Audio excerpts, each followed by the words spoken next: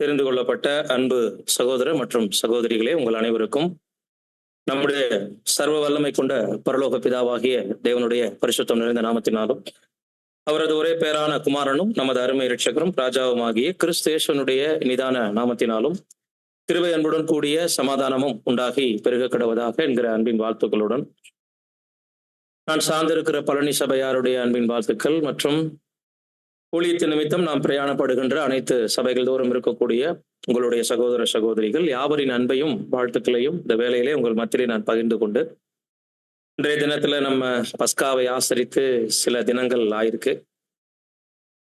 கர்த்தருடைய மரணம் குறித்த தியானம் எவ்வளவு முக்கியமான காரியமாக காணப்பட்டதோ, அது போல கர்த்தருடைய உயிர்த்தெழுதலை குறித்த சத்தியங்களும் நமக்கு மிக மிக முக்கியமான காரியம். எனவே வழக்கம் போல நம்ம இந்த மாதங்கள்ல உயிர்த்தெழுதல் சம்பந்தப்பட்ட பாடங்களை பார்ப்பது வழக்கம். அதன் அடிப்படையில் இன்றைய தினத்துல நம்ம பார்க்கிற பாடத்தினுடைய தலைப்பு உயிர்த்தெழுதலின் அதிகாரம். உயிர்த்தெழுதலின் அதிகாரம் அப்படின்னா என்ன நினைக்கிறீங்க? என்ன ஞாபகத்துல வருது உங்களுக்கு? நான் எடுத்தவனே கேள்வி கேட்டீங்க அப்படிங்கிறீங்க. உயிர்த்தெழுதலின் அதிகாரம் அப்படின்னா ஜென்ரலா என்ன ஃபீல் பண்றீங்க? அந்த வார்த்தைக்கு என்ன அர்த்தம்? அந்த உயிர்த்தெழுதலின் அதிகாரம்னு சொல்லிட்டா அதனுடைய அர்த்தம் என்ன? அவ்வளவு கஷ்டமான கேள்வி இது ஒண்ணும் இல்லையே. அந்த வார்த்தைக்கு மட்டும்தான் நான் பாடத்துக்குள்ள போய் விளக்கத்தை சொல்லல உங்களை. உயிர்த்தெழுதலின் அதிகாரம் அப்படின்னா அந்த வார்த்தைக்கு என்ன பொருள்? உயிர்த்தெழுதலின் வல்லமைன்னு சொல்றாரு பிரதர். வேறங்க ஈடுபலியா? எது கெஸ்ஸிங் கூட கிடையாதுங்களா? பரவாயில்ல, யாரும் சொல்ற பரவாயில்ல. இது ஆக்சுவலா அந்த அதிகாரம் பத்தி பார்க்கல. உயிர்த்தெழுதலின் வல்லமை பத்தியோ, அது அத்தாரிட்டியை குறிச்சோ, அந்த உயிர்த்தெழுதலினால் ஏற்படக்கூடிய விளைவுகள் பத்தியோ, ஆசீர்வாதங்களை பத்திய பாடம் இல்லை. ஏன்னா அதிகாரம்னு எப்படி புரிஞ்சுக்குவீங்கன்னா, இந்த உயிர்த்தெழுதலினால் ஏற்பட்டிருக்கிற கர்த்தருக்கு கிடைச்சிருக்கிற ஒரு ரைட்ஸ், அதன் மூலம் அவர் மூலம் வரப்போற ஆசீர்வாதங்கள், அது எந்த ஒரு பவர்ஃபுல்லான நிலைமையிலிருந்து அவர் செய்ய போறாரு, இப்படிதானே ஃபீல் வரும். பட் அந்த அதிகாரம் இல்ல. உயிர்த்தெழுதலின் அதிகாரமாகிய 1 கொரிந்தியர் 15ஆம் அதிகாரம். ஏன்னா அந்த அதிகாரத்துக்கு என்ன பேருன்னா உயிர்த்தெழுதலின் அதிகாரம். ஏதாவது தெரிஞ்சிருப்பீங்க. சரி, உயிர்த்தெழுதலின் அதிகாரம்னா 1 கொரிந்தியர் 15 பிரதர் அப்படின்னு யாராவது சொல்லுவீங்கன்னு நினைச்சேன். நீங்க வல்லமை அப்படி இப்படின்னு டீப்பாலாம் ரொம்ப யோசிச்சுட்டு, ஈடுபடியின் புண்ணியம் ரொம்ப ஆழமா உள்ள போய் யோசிச்சுட்டு இருந்தனால பதில் என்ன ஆகல வரல. 1 கொரிந்தியர் 15ஆம் அதிகாரம் தான் உயிர்த்தெழுதலின் அதிகாரம். சாப்டர் இது. ஆக்சுவலா இது வல்லமை பத்தி இல்ல. இந்த அதிகாரத்துக்கு மீனிங் என்னங்க? அதிகாரம்னா அத்தியாயம், சாப்டர் பத்தி பார்ப்போம். அப்ப இந்த உயிர்த்தெழுதலின் அதிகாரம் என்று சொல்லும் பொழுது ஏன் இந்த 1 கொரிந்தியர் 15ஆம் அதிகாரத்தை விசேஷமாக உயிர்த்தெழுதலின் அதிகாரம் என்று அழைக்கிறார்கள் அப்படின்னா, அப்போஸ்தலனாகிய பவுல் எழுதியிருக்கிற ஏராளமான நிருபங்களுக்கு நிறைய சிறப்பம்சங்கள் இருக்கும். அதாவது ஒரு புத்தகத்துக்குள்ள பல கருத்துக்கள் இருக்கும், அல்லது 2-3 சிறப்புகள் இருக்கும், அல்லது ஒரு சில புத்தகங்களுக்கு தனிச்சிறப்புன்னு சொல்லி 1 மாத்திரம் இருக்கும். அப்படி இருக்கும். இப்ப எடுத்துக்காட்டா சொல்லணும்னா, ரோமருக்கு எழுதின நிருபத்துல நீதிமான் பத்தி பேசியிருப்பார், நீதிமான் ஆக்கப்படுதல் பத்தி பேசியிருப்பாரு. ஒரு நீதிமானா யாரு, இப்ப பூமியில இருக்கிறாங்களா, அந்த நீதிமான் யாருன்னு பேசியிருப்பாரு. அடிஷனலா நியாயப்பிரமாணம் பேசியிருப்பாரு. அதுல கலாத்தியர் எழுதின நிருபத்துல பாத்தீங்கன்னா குறிப்பா நியாயப்பிரமாணம், அதனால நம்ம தேவனிடத்துல நீதிமான் ஆகிறது இல்ல, எப்படி ஆபிரகாம் நீதிமானாக எண்ணப்பட்டார், இப்படி எல்லாம் நியாயப்பிரமாணத்தை குறிச்சு பேசியிருப்பார். தீமோத்தேயு போன்ற நிருபங்கள் பாத்தீங்கன்னா சபையினுடைய ஒழுங்கு, தேர்தல் ஒழுங்குமுறை, எலெக்ஷன், தேர்ந்தெடுக்கப்படக்கூடிய சகோதரர்களுடைய தகுதி, சபையினுடைய ஸ்திரீயினுடைய ஊழியம், பங்கு, இதெல்லாம் அங்க பேசியிருப்பார். எபிரேயருக்கு எழுதின நிருபம் விசேஷமாக ஆசரிப்பு கூடாரம், பழைய ஏற்பாட்டின் நிழல்கள், பலியின் அந்த விதிமுறைகள், ஆசாரிய முறைமைகள், டாப் டு பாட்டம் பேசியிருப்பார். அதாவது பழைய ஏற்பாட்டை நம்ம இப்படித்தான் கண்ணோக்கணும் அப்படின்னு தெரிஞ்சுக்கணும்னா எபிரேயருக்கு எழுதின நிருபம் படிச்சா எல்லாம், காலை வெள்ளாட்டு கடா ரத்தம் தெளிக்கிறது, பலிகளின் முறைமைகள், சிவப்பு கிடாரின்னு நிறைய விஷயங்களுக்கு பேசியிருப்பாரு. குறிப்பா 11ஆம் அதிகாரம் வந்துட்டீங்கன்னா முற்பிதாக்கள் பத்தி ஃபுல்லா பேசியிருப்பார். இப்படி 1-2 சிறப்புகள் ஒவ்வொரு சாப்டருக்கு இருந்துகிட்டே இருக்கும். அதே மாதிரி பாத்தீங்கன்னா இந்த 1 கொரிந்தியர்ல சிறப்பான நிறைய விஷயங்கள் இருக்கு. அதுல அன்பு பத்தி 13ஆம் அதிகாரத்துல பாக்குறோம்.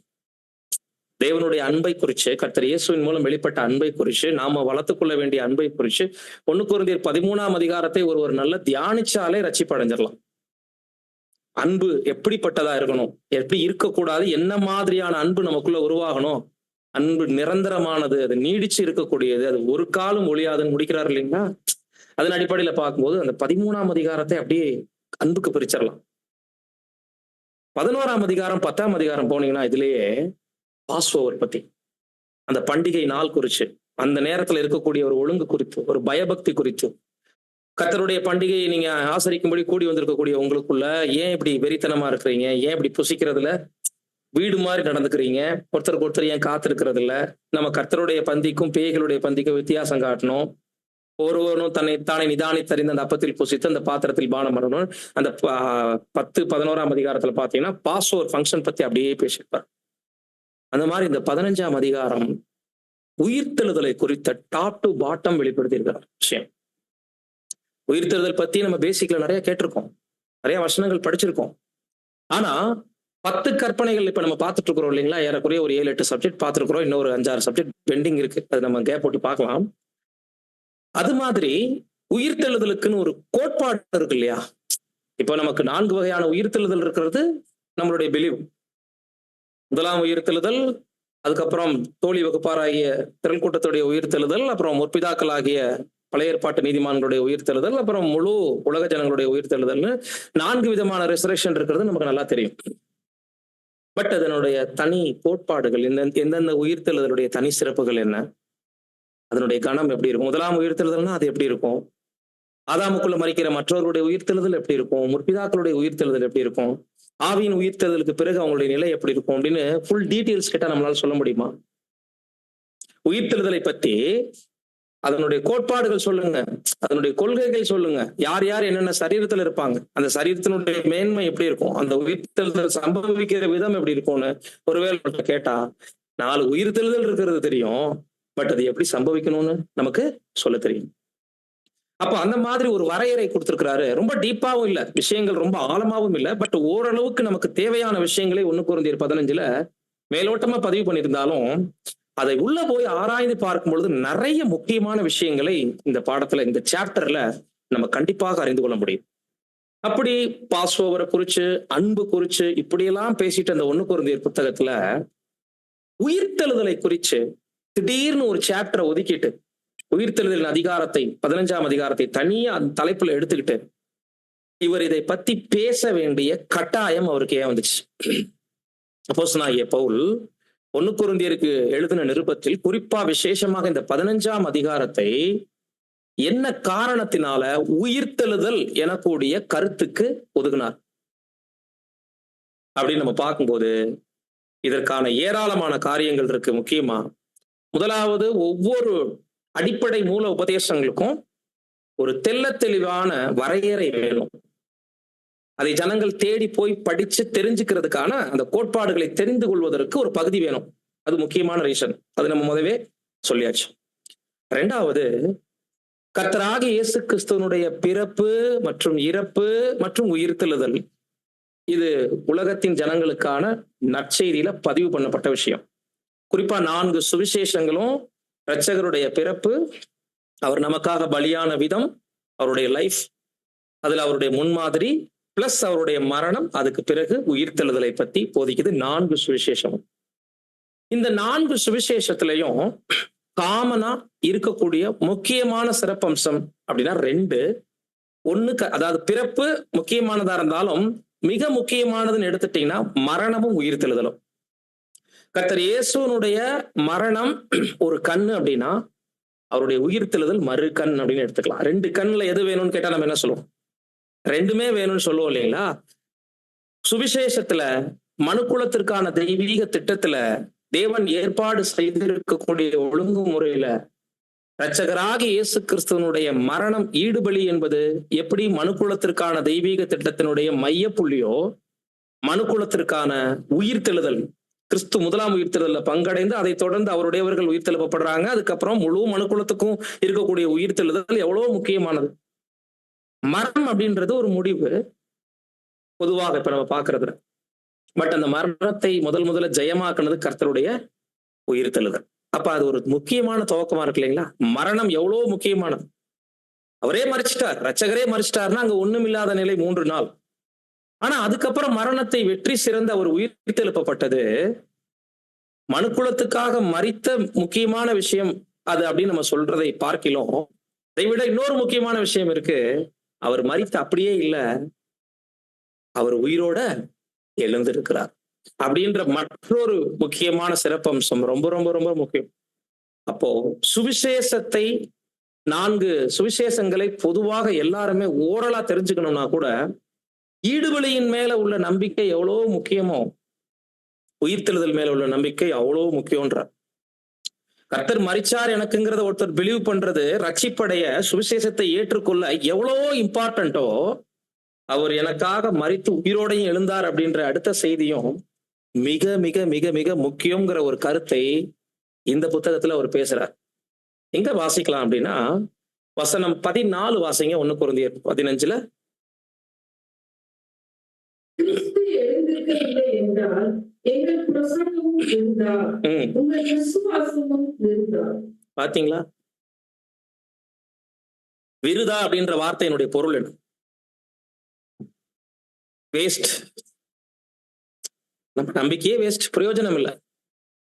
அப்ப மரிக்கவில்லை என்றால் எங்களுடைய போதனையும் விசுவாசமும் விருதான்னு சொல்லியிருந்தாருன்னா வேற. இங்க என்ன சொல்றாரு? கிறிஸ்து எழுந்திருக்கவில்லை என்றால் எங்களுடைய நம்பிக்கை, உங்களுக்கு நாங்க போதிக்கிற சுவிசேஷம், நீங்க இருக்கக்கூடிய நம்பிக்கை, இந்த லைஃபே நமக்கு என்ன ஆகும்? பிரயோஜனம் இல்லாத ஒண்ணு. 17ஆம் வசனத்திலையும் அதே கருத்தை முன்வைக்கிறார் பாருங்க. கிறிஸ்து எழுந்திராவிட்டால் உங்கள் விசுவாசம் வீணாயிருக்கும், நீங்கள் இன்னும் உங்கள் கிராமங்களில் இருப்பீர்கள். கூடுதல் தகவல் ஒண்ணு இதுல இருக்கு, கவனிச்சிங்களா? உங்கள் விசுவாசம் வீணா இருந்திருக்கும். குறிப்பா கிறிஸ்து மரிச்சதுனால நீங்க பாவத்திலிருந்து மீட்கப்பட்டீங்கன்னு மற்ற பகுதியில படிக்கிற மாதிரி, கிறிஸ்து எழுந்திராவிட்டால் நீங்க இன்னும் உங்க பாவங்கள்ல என்ன பண்ணிருப்பீங்க? அப்ப நம்மளை நீதிமானாக்குறதுக்காக அவர் மரித்தோரா மட்டும் இல்லாம மரித்து எழுந்தும் இருக்கிறாருங்கிறது. எழுந்திருக்கலன்னா நம்ம நீதிமான்கள் கிடையாது. ஆதாமுடைய பிறவி பாவத்தினுடைய தண்டனை நம்ம தலைமையிலதான் இருந்திருக்கும். சோ எழுதல் என்பது மிக மிக நமது ரட்சிப்புக்கும் நாம இதுவரைக்கும் கொண்டிருக்கக்கூடிய நம்பிக்கைக்கும் அப்போஸ்தலர்களுடைய விசுவாசத்துக்கும் அவங்களுடைய ஊழியத்துக்கும் மிக மிக நம்பிக்கை கொடுக்கக்கூடிய ஒரு விஷயம். இதை எடுத்துட்டோம்னா எங்க ஊழியமே வேஸ்ட். ஏன்னா உயிர்த்து எழுதல் என்பது சுவிசேஷத்தினுடைய மற்றொரு துவக்கம். புரியுதுங்களா பாயிண்ட்? அதிகாலையில, ஞாயிற்றுக்கிழமை அதிகாலையில அவர் 6 மணிக்கு உயிர்த்தெழுப்பப்படுறார். அந்த நாளின் துவக்கத்தை தான் இப்போ வருடந்தோறும் சுவிசேஷம் முழுவதிலும் ஆராதனைக்கு நம்ம என்ன பண்ணியிருக்கோம்? ஒதுக்கி இருக்கிறோம். அந்த நாளே உலக சரித்திரத்துல ஓய்வு நாளுக்கென்று பெரும்பான்மையான தேசங்களை அனுசரிக்கிறத நம்ம பார்க்கிறோம். ஞாயிற்றுக்கிழமைகளை ஓய்வு நாளாக ஒதுக்கி இருக்கிறாங்க. அந்த நாள்ல தான் அப்போஸ்தலர்களுக்கு ஏராளமான இடங்கள்ல ஒரு காட்சி அளிச்சிருக்கிறார், பல தோற்றங்கள்ல. சோ அந்த நாள் ஒரு துவக்கத்தை குறிக்குது. ஞாயிற்றுக்கிழமை விசேஷமானது கர்த்தருடைய உயிர்த்தெழுதலினால. புரியுதுங்களா? ஞாயிற்றுக்கிழமைக்கு விசேஷம் இல்ல, அந்த ஞாயிற்றுக்கிழமை விசேஷம் ஆனதுக்கு காரணம் கர்த்தருடைய உயிர்த்தெழுதல். அப்போ இதுல ஒரு துவக்கம் இருக்கு இல்லைங்க. மரித்தவர் முடிஞ்சார் அப்படின்னு நினைச்சிட்டு இருந்த சதுசேயர் பரிசேயர் மத்தியில எழுந்ததாக சொல்லப்பட்ட சாட்சி அவங்களுக்கு துக்கத்தையும், அவருக்காக பரிதவித்துக் கொண்டிருந்த அப்போஸ்தலர்களுக்கும் சீசர்களுக்கும் ஒரு புது தெம்பை, ஒரு புதிய துவக்கத்தின் விசுவாசத்தை, முற்றிலும் நம்பிக்கையற்று போன ஒரு சூழல் மாறி குளிர்விட்ட ஒரு விசுவாசம் இருந்துச்சுல்ல கர்த்தருடைய உயிர்த்தெழுதலை பத்தின நற்செய்தி. அது எவ்வளவு முக்கியமானது யோசிப்பார். இந்த மாதிரிதான் நம்ம எல்லாருக்குமே அன்புக்குரிய சகோதர சகோதரிகளே, இந்த சுவிசேஷத்தை புரிந்து கொள்வதற்கு மாத்திரமல்ல, லைஃப்ல இது ஒரு மரணம், கர்த்தருடைய மரணம் எவ்வளோ ஒரு முக்கியமானது நம்ம கவனிக்கிறோமோ, உயிர்த்தெழுதல் நமக்கும் கூட ஒவ்வொரு முறையும் அவருடைய உயிர்த்தெழுதலை நினைக்கும் போது அப்போஸ்தலர்களுக்கு ஒரு பூஸ்ட் கிடைச்சது இல்ல, ஒரு புதிய துவக்கம் அவங்க வாழ்நாள்ல தொழில் விட்டது இல்ல, நமக்கும் அது மாதிரி இருக்கும். ஏன்னா அதுதான் நம்மளுடைய ரட்சிப்புக்கான நம்மளை அடுத்த கட்டத்துக்கு கொண்டு போனது. கர்த்தருடைய உயிர்த்தெழுதல் அகில உலக ஜனங்களுக்குமான உயிர்த்தெழுதலுடைய ஒரு அஸ்திபாரம் அல்லது தொடக்கம், ஒரு புத்துணர்வை அது கொண்டு வந்துச்சு பாருங்க. அதுதான் இந்த 14-17 தான் இந்த பாடத்துல இந்த அதிகாரத்தை அவர் இயற்றியதற்கான மூல வசனங்களா வைக்கலாம், ஆதார வசனங்களா தெரிவு செய்து வைக்கலாம். புரியுதுங்களா? எங்களுடைய பிரசங்கமும் வேஸ்ட், உங்களுடைய நம்பிக்கையும் வேஸ்ட். குறிப்பா பாவத்தை நீக்கணும்னா அவர் மரிச்சா மட்டும் போதாது, எழுந்து வந்திருக்கணும். எழுந்து வந்ததுனாலதான் இப்ப நம்ம பாவம் மன்னிக்கப்பட்டு நம்ம நீதிமானாக்கப்பட்டிருக்கோம். இல்லைன்னா பாவத்திலேயே நிலை கொண்டிருப்பீர்களே என்பது என்ன ஒரு மேட்டர்னா, உடன்படிக்கையும் பண்ணிருக்க முடியாது. பாவத்துல இருந்து நம்ம விடுதலையாக்கப்படலைனா, மன்னிக்கப்படலைனா, எல்லா அவநம்பிக்கைகளும் இருந்திருப்போம். இன்னைக்கு வரைக்கும் உலகத்தாரை போல பிறந்து, உலகத்தாரை போல வாழ்ந்து, உலகத்தாரை போல மறிச்சிருப்போமே தவிர, சுவிசேஷ கிறிஸ்தவர்களுக்கு ஒரு நீதியின் வஸ்திரமே கிடைச்சிருக்காது. பாவத்திலேயே நிலை கொண்டிருக்கும். இது முக்கியமான ரீசன். ரெண்டாவது பார்க்கும்போது, உயிர்த்தெழுதலை அடிப்படையான உபதேச சத்தியங்கள்ல ஒன்றுன்னு சொல்லலாமா? அடிப்படை உபதேசங்கள்ல உயிர்த்தெழுதல் ஒன்றுன்னு நம்ம சொல்லலாமா? கம்போஸ் பண்ணிருக்காங்கல்ல சப்ஜெக்ட் ஃபாலோ கிளாஸ்லயே. இது எந்த வெள்ளிக்காசுல வந்துரும்? கர்த்தருடைய ஈடுபலி குறித்த ஒரு வெள்ளிக்காசுல தொடர்புடையதுதான் இதுவும். புரியுதுங்களா? அப்போ மனிதனுடைய சிருஷ்டிப்பு, மனிதனுடைய வீழ்ச்சி, ஈடுபலி, இப்படி பாக்குறோம் இல்லைங்களா? அப்ப அந்த ஈடுபலியோட தொடர்புடைய அடுத்த விஷயம் என்னன்னா கர்த்தருடைய உயிர்த்தெழுதல். அப்ப முக்கிய உபதேச சத்தியங்கள்ல இது ஒண்ணு. இதை எங்க பேசுறாருன்னா, எபிரேயர் 6ஆம் அதிகாரம் முதல் 2 வசனங்களை வாசிங்க. ஆகையால் கிறிஸ்துவை பற்றி சொல்லிய மூல உபதேச வசனங்களை நாம் விட்டு செத்த கிரியைகளுக்கு நீங்களாகும் மனம் திரும்புதல், தேவன் பேரை வைக்கும் விசுவாசம், ஸ்நானங்கள் கடுத்த உபதேசம், கைகளை வைக்குதல், மருத்துவரின் உயிர்த்தெழுதல், நித்திய நியாய தீர்ப்பு என்பவைகளாகிய அஸ்திபாரத்தை மறுபடியும் போடாமல் பூர்ணராகும்படி கடந்து போவோமாக. மூல உபதேச சத்தியங்கள்ல ஒரு பட்டியல் கொடுக்கிறாரா? அதுல என்னெல்லாம் வருது? கைகளை வைக்குதல், ஸ்நானங்களுக்கு அடுத்த உபதேசம், மரித்தோரின் உயிர்த்தெழுதல் என்பவைகளாகிய அஸ்திபாரத்தை மறுபடியும் போடாமல்னா, இப்ப இந்த இடத்துல அஸ்திபாரத்தை போடக்கூடாதுன்னு சொல்றாருன்னு புரிஞ்சுக்காதீங்க. பாலான ஆகாரத்தை கடந்து செல்லும்படி போதிக்கும் போது சொன்னது இது. நீங்க பால் உண்ணுகிறவர்களா இருக்கக்கூடாதுன்னு 5ஆம் அதிகாரத்துல எபிரேயர்ல பேசிட்டு 6க்கு டிராவல் பண்ணும்போது, பலமான ஆகாரமானதுன்னா என்னங்கிறதையும் சொல்றாரு பின்னாடி. நன்மை தீமையை பகுத்தறியணும். அப்படி பகுத்தறியக்கூடியவங்களுக்கு தான், அந்த ஞானம் உள்ளவங்களுக்கு தான் பலமான ஆகாரத்தின் மேல பயிற்சி வரும். இப்படி சொல்லும்போது பால் ஆகாரத்தை கடந்துருங்கன்றாரே தவிர வேணான்னு சொல்லல. இந்த பாடத்துக்கு தொடர்புடைய வசனமா இதை நம்ம ஏன் தொடர்றோம்னா, உயிர்த்தெழுதல் என்பது பேசிக் டாக்டரின்ல ஒண்ணு. கர்த்தருடைய மரணத்தை தொடர்பு படுத்தி பார்க்கக்கூடிய வெள்ளிக்காசை எது வரைக்கும் நம்ம கொண்டு போவோம்? கர்த்தர் மரிச்சதோடு நிறுத்திருக்க மாட்டோம், அவருடைய உயிர்த்தெழுதல் வரைக்கும் கொண்டு போறோம். அப்படி பார்க்கும்போது அடிப்படையான மூல உபதேச சத்தியங்களில் ஆதி அப்போஸ்தலர்கள் மற்றும் ஆதி காலகட்ட சபை தெளிவற்று இருப்பதை அப்போஸ்தலன் கவனிச்சார். இந்த புக்கை எழுதுனதுக்கு பல சிறப்பு பார்த்துட்டு வந்துட்டு இருக்கிறோம். அதுல முக்கியமான சிறப்பு கோட்பாடுகளை தெரிஞ்சுக்கணும். உயிர்த்தெழுதலை குறிச்சு முதல்ல பார்த்தோம். 2வது சுவிசேஷம் புரியணும்னாலே கர்த்தருடைய பிறப்பு, இறப்பு, அது போல அவருடைய உயிர்த்தெழுதலும் ரொம்ப ரொம்ப முக்கியம். இல்லைன்னா பிரசங்கம் வேஸ்ட்ன்ட்டார். 3வது அடிப்படையான மூல உபதேச சத்தியங்கள் ஏராளமான லிஸ்ட் இருக்கு. அதுல மரணம் எப்படியோ, அந்த நமக்காக எப்படி ஒரு மரித்தாருங்கிற செய்தி எப்படி முக்கியம், உயிர்த்தெழுதலும் மூல உபதேசம். அந்த மூல உபதேசத்தை கடந்து வளர்ச்சி பாதை நோக்கி போங்கன்னு சொன்னாரு. மூல உபதேசங்கள்ல மறந்துருங்கன்னு சொல்லல. இப்போ மறக்கப்படல, மாறாக கொரிந்து புஸ்தகத்தில் மூல உபதேசங்கள் குழப்ப ஆரம்பிச்சிருக்கிறது. குறிப்பா உயிர்த்தெழுதல் பத்தின சத்தியத்தை அநேகர் குழப்பம் பண்ண ஆரம்பிச்சிருக்கிறாங்க. இவர் ஏன் இந்த சாப்டர் ஒதுக்குனார் புரியுதுங்களா? உயிர்த்தெழுதலை குறித்து குழப்பம் வர ஆரம்பிச்சிருக்கு. எந்த அளவுக்கு போயிருக்குன்னா, பொறையோடி இருக்குன்னா, உயிர்த்தெழுதல் இல்லைன்னு சொல்ற அளவுக்கு ஆயிருக்கு. யார் செஞ்சிருப்பா அந்த வேலைகள்? சதுசேயர், பரிசேயர் கிடையாது, சதுசேயர். ஏன்னா உயிர்த்தெழுதலின் மேல் நம்பிக்கை யாருக்கு இல்ல? வாசிங்க அப்போஸ்தலர் 23:8.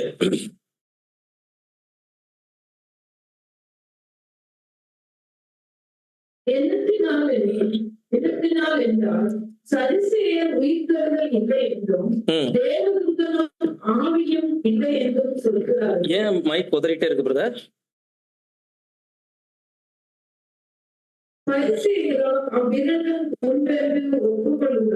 பிரியமானவர்களே கவனிங்க. பிரதர் என்னுடைய மைக் இல்ல, அவங்க மைக். நீங்க இதுல வால்யூம் குறைச்சிட்டீங்க. இல்ல இது கரெக்டா இருக்கு. அவங்க மைக் வாசிக்கும் போது உதறிச்சுன்னு சொன்னேன். இதுல வால்யூம் கம்மி பண்ணிட்டீங்க இல்லையா? Okay okay. அப்ப பிரியமான சகோதர சகோதரிகளே கவனிங்க. போதும் அதை விட்டுருங்க. மைக்கு சரியா இல்லைனாலும் பரவாயில்ல, விட்டுருங்க. டைவர்ட் ஆக வேண்டாம். எந்த இடத்துல வந்துட்டு இருந்தோம் மறந்துச்சு பாருங்க. எதை பார்த்துட்டு இருந்தோம்?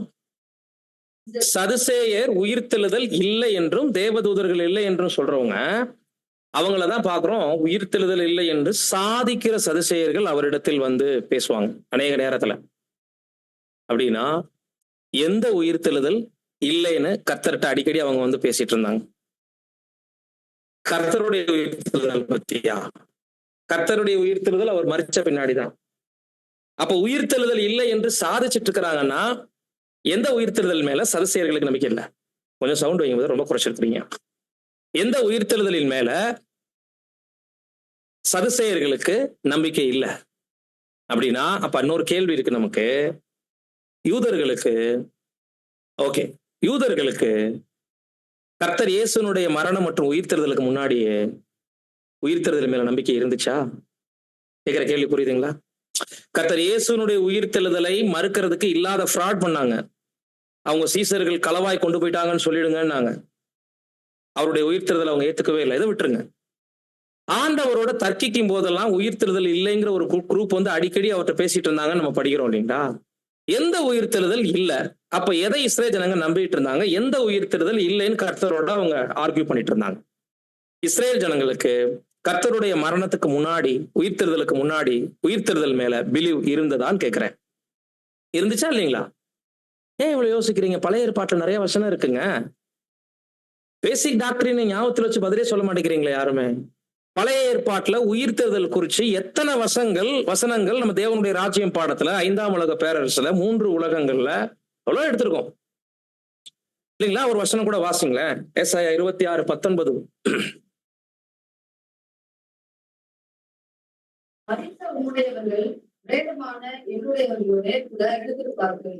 ஆன்லைன்ல இருக்கிறனால மைக்லயே படிங்க சிஸ்டர். மரித்த உம்முடையவர்கள் பிரேதமான என்னுடையவர்களோட கூட எழுந்திருப்பார்கள். இப்ப உதறல் சரியாயிடுச்சு இல்லைங்களா? மரித்த உம்முடையவர்கள் பிரேதமான என்னுடையவரோட எழுந்திருப்பார்கள். மண்ணிலே தங்கி இருக்கிறவர்களே வெறுப்பை கவனியுங்கள். உம்முடைய பனி மூடுகளின் மேல் பெய்யும் பனி போல இருக்கும். மரித்தோரை பூமியை புறப்படப்படும். நிறைய வசனம் இருக்கு. இது ஒண்ணு போதும். மரித்தோரை பூமி புறப்பட பண்ணி. ஆபிரகாம் நிழல் பூர்வமாக பார்க்கும்போது ஈசாக்குடைய பாவனையான மரணம், பாவனையான உயிர்த்தெழுதல்ல உயிர்த்தெழுதலை விசுவாசித்தார்னு பார்க்கணும்.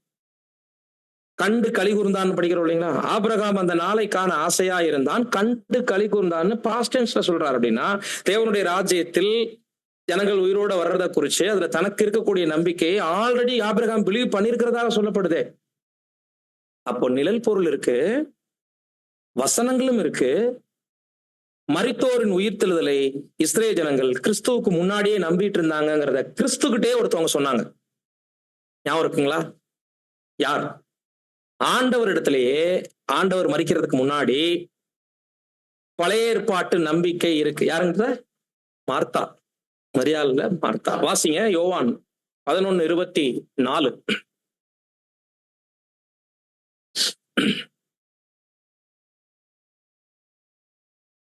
அதற்கு மார்த்தாள், உயிர்த்தெழுதல் நடக்கும் கடைசி நாளிலே அவனும் உயிர்த்தெழுந்திருப்பான் என்று அறிந்திருக்கிறேன் என்றார். இப்ப ஆண்டவர் மரிக்கல, ஆண்டவர் உயிர் தெழுப்பப்படல. லாசர் மரிச்சிருக்காரு, லாசர் எழுந்திருக்க போறாரு. இந்த புரிதல் ஆண்டவர் லாசருவை எழுப்ப போறாருங்கிற நம்பிக்கை இல்லாம இப்ப நடக்க போற நிகழ்ச்சி தெரியாம மார்த்தாள் அழுகுறாங்க. போதகரே, நீங்க இங்க இருந்திருந்தீங்கன்னா என் தம்பி செத்திருக்க மாட்டான். 2 பேரும் இதே டைலாக் தான் சொல்லுவாங்க. அப்பதான் சொல்லுவார், நானே உயிர்த்தெழுதலும் ஜீவனுமா இருக்கிறேன். என்னை விசுவாசிக்கிறவன் மரித்தாலும் பிழைப்பான், உயிரோடு இருந்து என்னை விசுவாசிக்கிறவன் என்றென்றும் மறியாமலும் இருப்பாங்கிற இந்த மேட்டரை சொல்றார். ஆண்டவரே, உயிர்த்தெழுதல் நடக்கும் கடைசி நாள்ல என் தம்பி எழுந்திருப்பான்னு எனக்கு தெரியும்னா இப்ப இங்க ஆண்டவர்கிட்ட என்ன சொல்ல வராங்க இவங்க? நீங்க எங்களுக்கு இருக்கிற நம்பிக்கையை பேசிட்டு இருக்கிறீங்க, அது எனக்கும் தெரியும், அது ஒரு நாள்ல நடக்கத்தான் போகுது. அப்படின்னா இப்ப நடக்க போற உயிர்த்தெழுதல் பத்தி அவங்க பேசல. ஆல்ரெடி எங்களுக்கு ஒரு பிலீவ் இருக்கு, அந்த உயிர்த்தெழுதல் நடக்கும் கடைசி நாள்னு ஒண்ணு இருக்கு. அப்ப அது நியாய தீர்ப்பின் நாளை பத்தி அவங்களுக்கு என்ன பண்ணிருக்கு? ஞானம் இருக்கு அவங்களுக்கு. இப்ப சதுசேயர் எந்த குழப்பத்தை உண்டு பண்ணிட்டு இருப்பாங்க சொல்லுங்க? ஆண்டவர் இயேசு மரித்தாரா உயிர்த்தெழுந்தாராங்கிறது ரெண்டாவது. அதுக்கப்புறம் அதை மாத்த முயற்சி பண்ணாங்க, அதை விட்டுருங்க. ஏன்னா இவங்க பிலிவு மாறிடும்ல. அவர் உயிரோட எந்திரிச்சிட்டாருன்னா இவங்க ஜனங்கள்கிட்ட சொல்லிட்டு இருந்த தப்பான உபதேசம் பூரா அது இப்போ பொய்யினாயிரும். அதனால குழப்பம் பண்றதுக்கு சீசர்கள் களவாய் கொண்டு போயிட்டாங்கன்னு சொல்லிருங்க, அவர் உயிர் தெழுப்பப்படலை அப்படிலாம் சொன்னாங்க. ஆனா பழைய ஏற்பாட்டின் நம்பிக்கைக்குரிய ஒவ்வொருவருக்குமே உயிர்த்தெழுதலின் மேல நமது நியாய தீர்ப்பை குறித்து ஒரு நம்பிக்கை இருந்துச்சு. நம்ம எல்லாரும் எழுப்பப்படுவோம், இந்த பூமியில இருப்போம், நமக்கு ஒரு நியாய தீர்ப்பு நடக்குங்கிற நம்பிக்கை பேசிக்காவே இருந்ததுனால சதுசேயர்ங்கிற ஒரு கூட்டம் இதை நம்பாம இருந்து குழப்பிக்கிட்டே இருந்தாங்க. இப்போ ஆதி சபைக்குள்ள சுவிசேஷத்தை கேட்டுக்கொண்டு சிலர் வந்திருந்தாங்கல்ல, அவங்களுக்கு ஆல்ரெடி சதுசேயர் பிரிவுல இருக்கிறவங்க தொடர்புல இருப்பாங்க இல்லைங்களா, அவங்க குழப்ப விடுறாங்க. என்னன்னா நம்மளுடைய பாரம்பரியம் ஆரம்பத்திலிருந்தே என்னன்னா உயிர்த்தெழுதலின் மேல நம்பிக்கை இல்லை. இப்ப நீங்க கிறிஸ்துவை ஏற்றுக்கொண்டதன் மூலம் உயிர்த்தெழுதலை நம்புற மாதிரி இருக்கு அப்படி சொல்லி சபைக்குள்ள வந்தவங்களே வெகு நாள் இருந்த விசுவாசத்தை மறுதலிச்சு ஒரு புதிய குழப்பத்தை அங்க செய்ய ஆரம்பிக்கிறாங்க. மேல 4 பாயிண்ட் பார்த்துட்டு வந்திருக்கோம் இல்லைங்களா? 1, இதனுடைய கோட்பாடுகள் இந்த புத்தகத்துல ஒரு பதிவு பண்ணி ஆகணும். 2, சுவிசேஷத்தை முழுமையா புரிஞ்சுக்கணும்னா கண்டிப்பாக மரணத்தை விசுவாசிப்பதுனால கர்த்தருடைய உயிர்த்தெழுதலையும் நிச்சயம் விசுவாசிக்கணுங்கிற 2வது கருத்து. 3வது பேசிக் டாக்டரின் ரெசரக்ஷன் ஒரு முக்கியமான பாயிண்ட்னு சொல்றாரு. 4வதாக நம்ம பாக்குறோம் அந்த நாட்கள்ல இருந்துட்ட வேதப்பாரகரால, குறிப்பா சதுசேயர்களால ஆதி சபையில் இருக்கக்கூடிய சில பரிசுத்தவான்கள் இருந்த நம்பிக்கையிலிருந்து குழப்பப்பட்டாங்க. நல்ல பாதையில போயிட்டு இருந்தவங்க திடீர்னு அப்போஸ்தலன் போதிச்ச போதனைகளை விட்டு வழி விலகி உயிர்த்தெழுதெல்லாம் நமக்கு கிடையாது, இந்த பூமிக்குரிய லைஃபோட நமக்கு முடிஞ்சிருச்சுட்டாங்க. இததான், இந்த கருத்தை தான் இந்த சாப்டர்ல சில இடங்கள்ல அவர் பதிவு பண்ணியிருப்பார். புரியுதுங்களா? இப்படி இந்த புத்தகத்தை அவர் குறிப்பா இந்த அதிகாரத்தை 1 கொரிந்தியர் 15 செப்பரேட்டா உயிர்த்தெழுதலுக்குன்னு அவர் ஒதுக்குனதுக்கு நிறைய நியாயமான ரீசன் இருக்கு. இது முன்னுரை. நேரம் நம்ம பார்த்தது முன்னுரை. இப்ப முதல் 2 வசனங்களை வாசிங்க. அந்த முதல் 2 வசனத்துல என்ன சொல்ல வரார் படிங்க.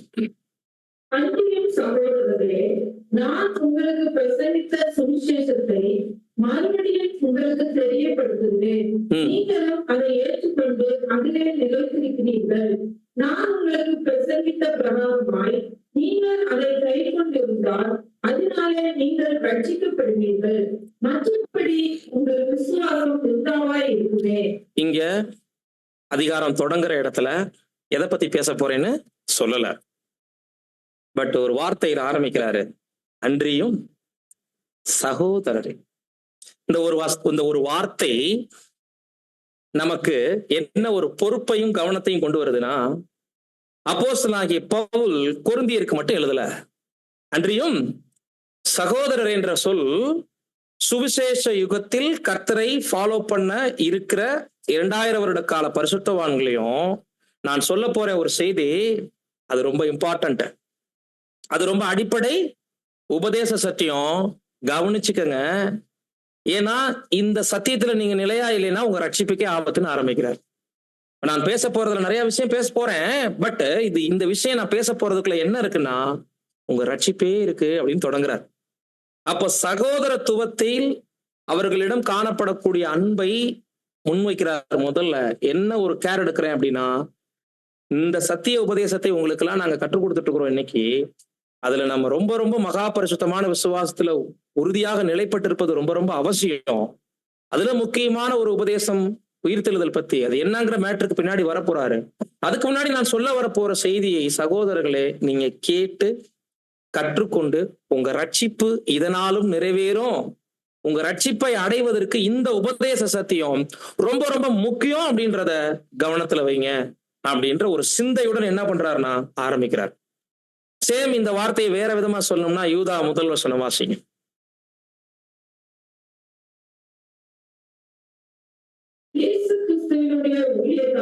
இல்ல 11 படிங்க. நீங்களோ பெரியமானவர்களே, அது எத்தனாவது வசனம்? 11 22 21 2 இடத்துல வரும், 2 இடத்துல வரும். 20 வாசிங்க. யூதா 1 தான் ஸ்டர் இருக்கு அதுல. யூதா 1 தான் இருக்கு, அது சாப்டர் தேட வேண்டியதுலாம் இல்ல. அதுல 20 நினைக்கிறேன். நீங்களோ பிரியமானவர்களே, எத்தனாவது வசனம்? 20. ஓகே. நீங்களோ பிரியமானவர்களே, உங்கள் மகா பரிசுத்தமான விசுவாசத்தின் மேல் உங்களை உறுதிப்படுத்திக் கொண்டு. அப்போ ஒரு கட்டடம் கட்டுறதுக்கு ஒரு பேஸ் மட்டும் வேணும், ஒரு அஸ்திபார கற்கள் வேணும். அந்த கல்லு தான் என்ன பண்ணும்? மேல இருக்கக்கூடிய பில்டிங்கை தூக்கி தாங்கி நிறுத்தும். உங்கள் மகா பரிசுத்தமான விசுவாசத்துல நீங்க உறுதிப்படுத்திக்கங்கன்னு இங்க யூதா சொல்றதுதான் இப்போ கொரிந்து புத்தகத்துல, சகோதரரே, இப்ப நான் உங்களுக்கு சொல்ல போற விஷயத்த உங்க ரட்சிப்புக்கு பிரயோஜனமாக கேட்டு கவனிச்சீங்கன்னா மட்டும்தான் ரட்சிப்பே இதுல இருக்குன்ட்டார். அப்படின்னா சுவிசேஷ யுக சகோதரர்களுக்கு, பரிசுத்தவான்களுக்கு பவுல் கண்டித்து உணர்த்தக்கூடிய ஒரு பொறுப்புணர்ச்சி என்னன்னா, உபதேச சத்தியங்கள்ல எதுல டேமேஜ் ஆனாலும், எதுல குழப்பம் வந்தாலும் ரட்சிப்படைகிறது கஷ்டங்கிறார். பாயிண்ட் புரிஞ்சுக்குங்க. இப்ப நம்ம பாவத்திலிருந்து விடுதலையாகி, பிறவி பாவங்கள்ல இருந்து ரட்சிக்கப்பட்டு, சொந்த பாவங்களை மேற்கொள்றதுக்கு சிரமப்பட்டு போராடி பரிசுத்தமாகிற பாதையில ஓடுறது, பாவம் இல்லைன்னா தான் ரட்சிப்பு. நம்ம ஒரு புது சிருஷ்டியா அழியாமையின் உயிர்த்தெழுதல பங்கெடுக்கணும்னா, இந்த சரீரத்திலே இருந்துட்டாலும் பாவத்தை மேற்கொள்றவங்க, பூமிக்குரிய உடைமைகளை உரிமைகளை பலி செலுத்துறவங்க, கம்ப்ளீட்டா பழைய மாம்சத்தையும் அதன் விருப்பத்தையும் தியாகம் பண்ணலைன்னா சபையாக முடியாதுங்கிறது எப்படி ஒரு சத்தியமோ, இந்த காலகட்டத்துக்கே உரிய ஏற்ற கால சத்தியத்தில், 2ஆம் வருகை சத்தியத்தினுடைய ட்ரூத்ல கிளாரிட்டி இல்லைன்னா, குழப்பம் இருக்கிறவர்களை புத்தியுள்ள கன்னிகைகளாக அவர் ஏற்றுக்கொள்றது இல்ல. அப்ப ரட்சிப்படைய 2 மேட்டர் முக்கியமானதா இருக்குங்கிறத தான் யூதாவும் பதிவு பண்றாரு. பவுலும் இந்த நிருபத்தை தொடங்கும் போதே என்ன சொல்றாருன்னா, ரட்சிப்படைய இதை நீங்க நிலைத்திருக்கணும். அப்படின்னா என்ன அர்த்தம்? இதை நீங்க கேட்டு கீழ்ப்படியணும்னு என்ன அர்த்தம்? ரட்சிப்பு நீங்க பாவத்துக்கு எதிராக போராடினதுனாலயோ பரிசுத்தமாகிறதுக்கு ட்ரை பண்றதுனால மாத்திரம் வந்துடாது. அதுல எல்லாம் நீங்க பரிசுத்தமா கூட இருந்துட்டு ஏற்ற கால உபதேச சத்தியத்துக்குள்ள குழப்பத்துடன் இருந்தீங்கன்னா நீங்க புத்தியுள்ளவர்களாக இருக்கிறதுக்கு வாய்ப்பு இல்லை. ரட்சிப்புக்கு பரிசுத்த பாதை எவ்வளவு முக்கியமோ, தெளிவான உபதேசமும் அவ்வளவு முக்கியம். அநேகர் சொல்லுவாங்க, அந்த பைபிள் ஸ்டூடெண்ட்டுக்குள்ளேயே வேற வேற விசுவாசம் இருந்தா என்ன பண்றது, அவங்களும் நம்ம சகோதரர்கள் தானே. சகோதரர்கள் இல்லைன்னு யாரும் சொல்லல, யாரையும் சகோதரர்கள் இல்லைன்னு நம்ம ஒருபோதும் சொல்ல போறது இல்லை. ஆனா வேற விசுவாசம் உள்ளவங்களுடைய விசுவாசத்துக்குள்ள நம்ம போய் மிக்ஸ் ஆக முடியாதுல்ல. அவங்க நம்பிக்கை இப்போ எக்ஸாம்பிள் கர்த்தருடைய 2ஆம் வருகை இல்லைங்கிறவங்களும் சகோதரர்கள் தான். அப்படி இருக்க சகோதரர்கள்னா பேசபையில் இருக்கிறவங்க கூட நமக்கு சகோதரர்கள் தான். அங்க போய் உட்காந்துருவோமா? சத்தியம் கேட்கணும் அங்க போய் உட்காந்துட மாட்டோம் இல்லைங்களா? அப்போ ஒரு விஷயத்துல மிங்கிலாகிறதும் ஒரு விஷயத்தை நேசிக்கிறதுக்கும் டிஃபரெண்ட் இருக்கு. ஒருத்தங்களை அன்பு செலுத்துறதுக்கும் அவங்களுடைய கோட்பாடுகளுக்கு உட்படுறதுக்கும் டிஃபரெண்ட் இருக்கு இல்லைங்களா? அப்போ ரட்சிப்படைவதில் உபதேச சத்தியத்துல கடுகளவு கூட காம்ப்ரமைஸ் இருக்கக்கூடாது. ஏன்னா ஆட்டுக்குட்டியானவர் எங்கே போனாலும் அவரை பின்பற்றக்கூடியவர்கள்னா அவர் கொடுத்த பாதையில ஃபாலோ பண்ணணும். அவருடைய 2ஆம் வருகை ட்ரூத்ல ராஜ்யம் ஸ்டார்ட் ஆயிடுச்சுங்கிற விஷயத்துல எதுலையும் கடுகளவு நமக்குள்ள டவுட் இருந்தாலும் அவர் வந்து பந்தி பரிமாறி கொண்டிருக்கக்கூடிய உபதேச சத்தியங்கள்ல தெளிவில்லாம போயிடும். அவர் வந்து அரைக்கச்சை கட்டி கொண்டு பந்தி பரிமாறுறாருனாலே அதுக்கு 2ஆம் வருகையினுடைய வெளிச்சம் ரொம்ப முக்கியம். வந்திருக்கிறாருன்னு ஏத்துக்கிறோம், ராஜ்யம் ஸ்டார்ட் ஆகல பிரதர்ன்னு சொன்னா, அப்போ ஒரு கண் எங்களுக்கு போதும், இன்னொரு கண் எங்களுக்கு வேணாங்கிற குருடர்களை போல ஆயிரும்.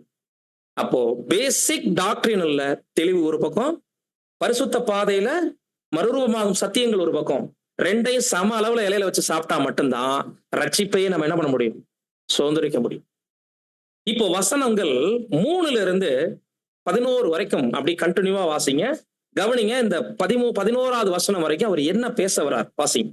நான் அழைத்ததும் உங்களுக்கு பிரதானமாக ஒப்புவித்ததும் என்னவென்றால், கிறிஸ்துவானவர் வேறு வாக்கியங்களின்படி நமது பாவங்களுக்காக மரித்து அடக்கம் பண்ணப்பட்டு வேறு வாக்கியங்களின்படி 3ஆம் நாளில் உயிர்த்தெழுந்து தேவாவுக்கும் பின்பு பன்னிருவருக்கும் தரிசனமானார். அதன் பின்பு அவர் 500 பேருக்கு அதிகமான சகோதரருக்கும் ஒரே வேளையில் தரிசனமானார்.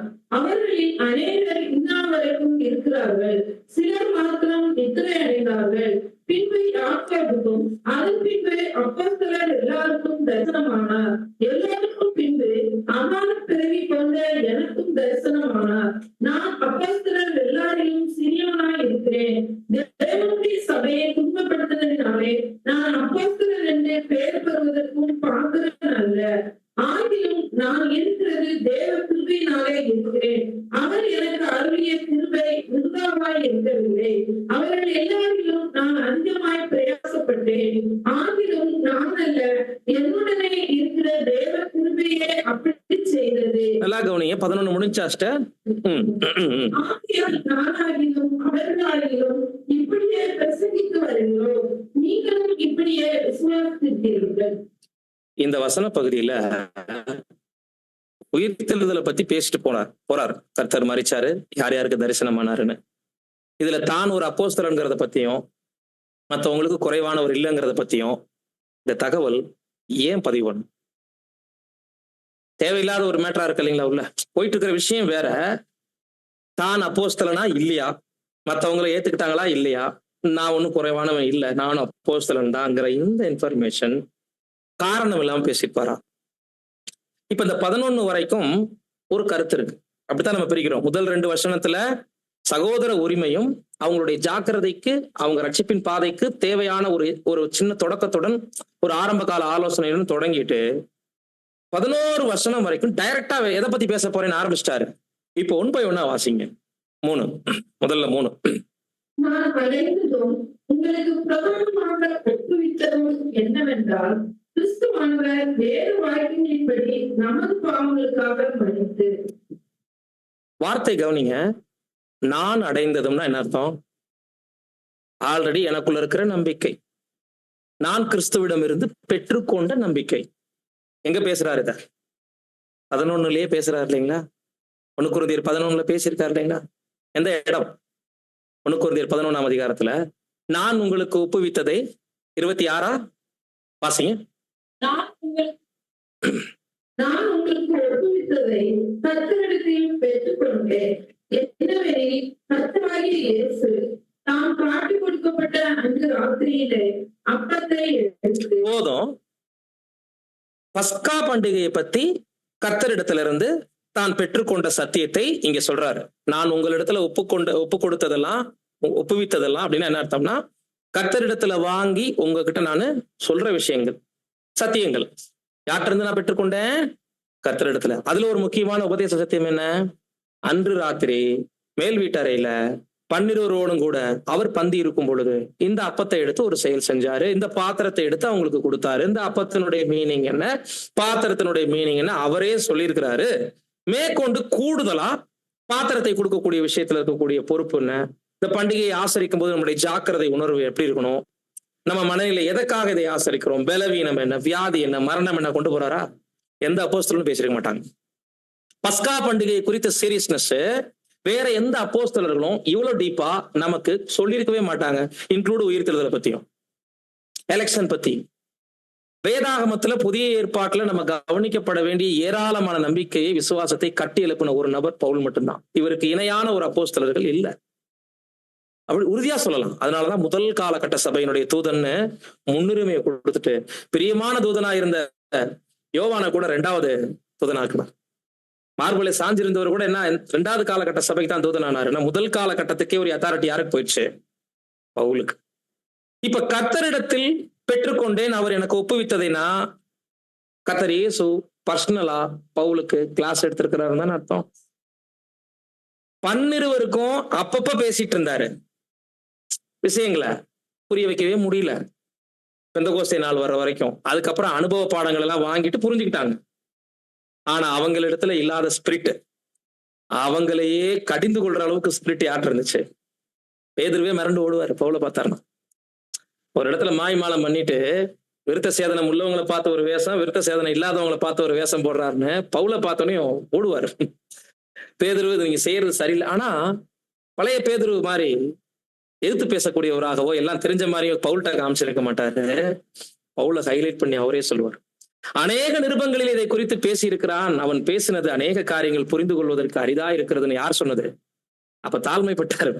அப்ப இதுல ஏன் இந்த இடத்த பாக்குறோம்னா, முதல்ல பேதுரு பவுல் தான் கர்த்தரிடத்துல இருந்துதான் எல்லா நியூஸையுமே அதிகாரப்பூர்வமா தெரிஞ்சுக்கிட்டார். டவுட் இல்லாம போதிக்கிறாரு. இவர் போய் யோவான் கிட்ட கேட்டுக்கிட்டாரு, பேதுரு கிட்ட கேட்டு தெரிஞ்சுக்கிட்டாருன்னு சொல்லாம, நான் உங்ககிட்ட ஒரு மேட்ரு சொல்றேன்னா கர்த்தரிடத்துல இருந்து பெற்றுக்கொண்டேன். இந்த கடிதம் ஆல்ரெடி பேதுருட்ட இருந்து வந்திருக்கணும், யோவான்ட்ட இருந்து வந்திருக்கணும். யார்ட்ட இருந்து போகுது? பவுல்ட்ட இருந்து. அப்படி நான் உங்களுக்கு நிச்சயத்து சொல்லி இருந்தேன்ல சில உபதேச சத்தியம். அப்படின்னா என்ன அர்த்தம்னா, இதுக்கு முன்னாடி சபை ஸ்தாபிக்கும் போது சொல்லிட்டு போன உபதேச சத்தியம், அது கர்த்தர் எனக்கு கத்து கொடுத்திருந்தது. அந்த நம்பிக்கையை தான் உங்கள்கிட்ட சொல்லிட்டு போனேன், சும்மா நானா சொல்லல. இப்ப மறுபடியும் அதை பேச வேண்டிய அவசியம் வந்திருக்கு. இதுக்கு முன்னாடி ஒரு நம்பிக்கை இருந்துச்சு இல்ல, அதை திரும்ப திரும்ப என்ன பண்ணி வச்சிருக்கீங்க? பேச வச்சிருக்கீங்க தான் அதனுடைய பொருள். வாசிங்க மறுபடியும். நான் அடைந்ததும்னா எனக்குள்ள இருக்கிற நம்பிக்கை. உங்களுக்கு பிரதானமாக ஒப்புவித்ததும் சாதாரணமா இல்ல, நான் உங்களுக்கு கத்துக் கொடுத்தது ரொம்ப முக்கியம். பிரதானம்னா என்னங்க?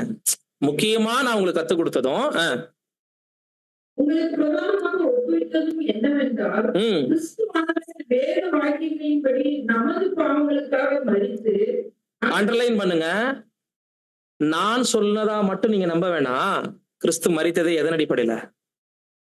வேத வாக்கியம் சொல்லுது, நமது மீறுதலின் நிமித்தம் அவர் காயப்பட்டு, நமது அக்கிரமங்களின் நிமித்தம் அவர் நொறுக்கப்பட்டார். இதெல்லாம் உங்களுக்கு தெரியும். அப்படி மரிச்சவரு உயிரோட வருவார் அப்படின்ற நம்பிக்கை தான் நான் உங்களுக்கு என்ன பண்ணிருந்தேன், போதிச்சிருந்தேன். வேத வாக்கியங்களின் அடிப்படையில் தானே நீங்க அதை பிலீவ் பண்ணீங்க. அப்படி சொல்ல வர அடக்கம் பண்ணப்பட்டு வேத வாக்கியங்களின்படி 3ஆம் நாளில் உயிர்த்தெழுந்து தேவாவுக்கும் பின்பு பன்னீருக்கும் தரிசனமானார். உயிர் தெழுந்தாருன்னு நிறுத்தல. இப்ப உயிர் தெழுதல் நிகழ்ச்சி நடக்கும்போது முதல்ல மீட் பண்றவங்க யாரு? அந்த கல்லறை கிட்ட ஸ்திரீ யார்? அவங்க மரியாள். நிறைய மரியாள் வராங்க இல்லைங்களா? தோட்டக்காரர் மாதிரி உட்கார்ந்து இருக்கும் போது, ஐயா எங்க இயேசு ஆண்டவரை காணா, நீங்க எதுவும் பாத்தீங்களா, நீங்க எதுவும் அவர் சரீரத்தை கொண்டு போயிட்டீங்களான்னு அவர்கிட்டயே கேட்டுட்டு இருக்கிறாங்க. ஆண்டவர்கிட்டயே என்கொயரி பண்ணிட்டு இருக்கிறாங்க இல்லைங்களா? இப்ப இந்த சம்பவம் நடந்துச்சு. வேதபாரர்கள் என்ன பண்ணாங்க? லாசருடைய உயிர்த்தெழுதலை மூடி மறைச்ச மாதிரி இவருடைய உயிர்த்தெழுதல் மட்டும் இப்ப பப்ளிக் ஆச்சுன்னா, இவ்வளவு நாளா இவங்களுடைய எல்லா விதமான ஏமாற்று வேலைகளும் வெளியரங்கம் ஆயிரும் சொல்லிட்டு களவாய் சீசர்கள் கொண்டு போயிட்டாங்கன்னு சொல்லிருங்க. இப்ப உயிர் தெழுந்தாரு, அவர் போயிட்டாருங்கிறது நமது நம்பிக்கை. அவர் உயிர் தெழுந்து பரமேறி போயிட்டாருங்கிறது நமது நம்பிக்கையா இருந்துச்சு. உயிர் தெழுதல் இல்லைன்னு சொல்றவங்க அவர் சரீரத்தை யாரோ களவாடிட்டு போயிட்டாங்கன்னு சொல்லிட்டு இருந்தாங்க. பட் நான் இப்ப சில ப்ரூஃப் கொடுக்குறேன் பாருங்க அப்படின்னு அப்போஸ்தலர்களுக்கு மற்றவங்களுக்கு தெரியாத சில தகவலை சொல்றாரு. 500 பேருக்கு தரிசனமானார். தெரியுமா? இதை வேற எங்கேயாவது படிச்சிருக்கீங்களா? 11 தரிசனம் தெரியும். 500 பேருங்கிற புள்ளி விவரங்கள் வேற எந்த அப்போஸ்தலன் சொல்லியிருக்காங்க? இப்ப மறுபடியும் படிங்களேன். அவர் வேத வாக்கியங்களின் அடிப்படையில மரித்து 1ஆம் நாள் உயிரோட எழுந்து தேவாவுக்கும் பின்பு பன்னீருக்கும் தரிசனமானார். அதன் பின்பு அவர் 500 பேருக்கு அதிகமான சகோதரருக்கும் ஒரே வேளையில் தரிசனமானார். பாத்தீங்களா? மூடி மறைக்க முடியாது. இது யாரோ கேள்விப்பட்ட விஷயம் இல்ல. 11 முறை வந்துட்டு போனாருங்கிறது மாயாஜாலம் இல்ல, அற்புத அடையாளம் இல்ல, ஏமாற்று வேலை இல்ல. தன்னை திஷ்டாந்தமாக உயிரோடு இருக்கிறவராக காண்பிக்கும்படி, அப்போஸ்தலர்களுடைய விசுவாசத்தை வலுப்படுத்தும்படி, தான் விட்டு போன பின்பு தைரியத்தோடு ஊழியம் செய்யணும், பரிசுத்தாவை பெற்றுக்கொண்டு ரொம்ப தெளிவா அவங்க பேசணும்னு வேற தோற்றத்துல வந்தார். தன்னுடைய பவர்ஃபுல்லான நிலையமையும் காமிச்சாருங்க. சொந்த தோற்றத்தையும் காமிச்சிருந்தார். காயப்பட்ட தோற்றத்தையும் காமிச்சாரு. அவங்களோட ஊழியத்தின் நாட்கள்ல இருந்த அந்த கெட்டப்ல தான் கடைசியா உயிர்த்தெழுந்தும் போறாரு.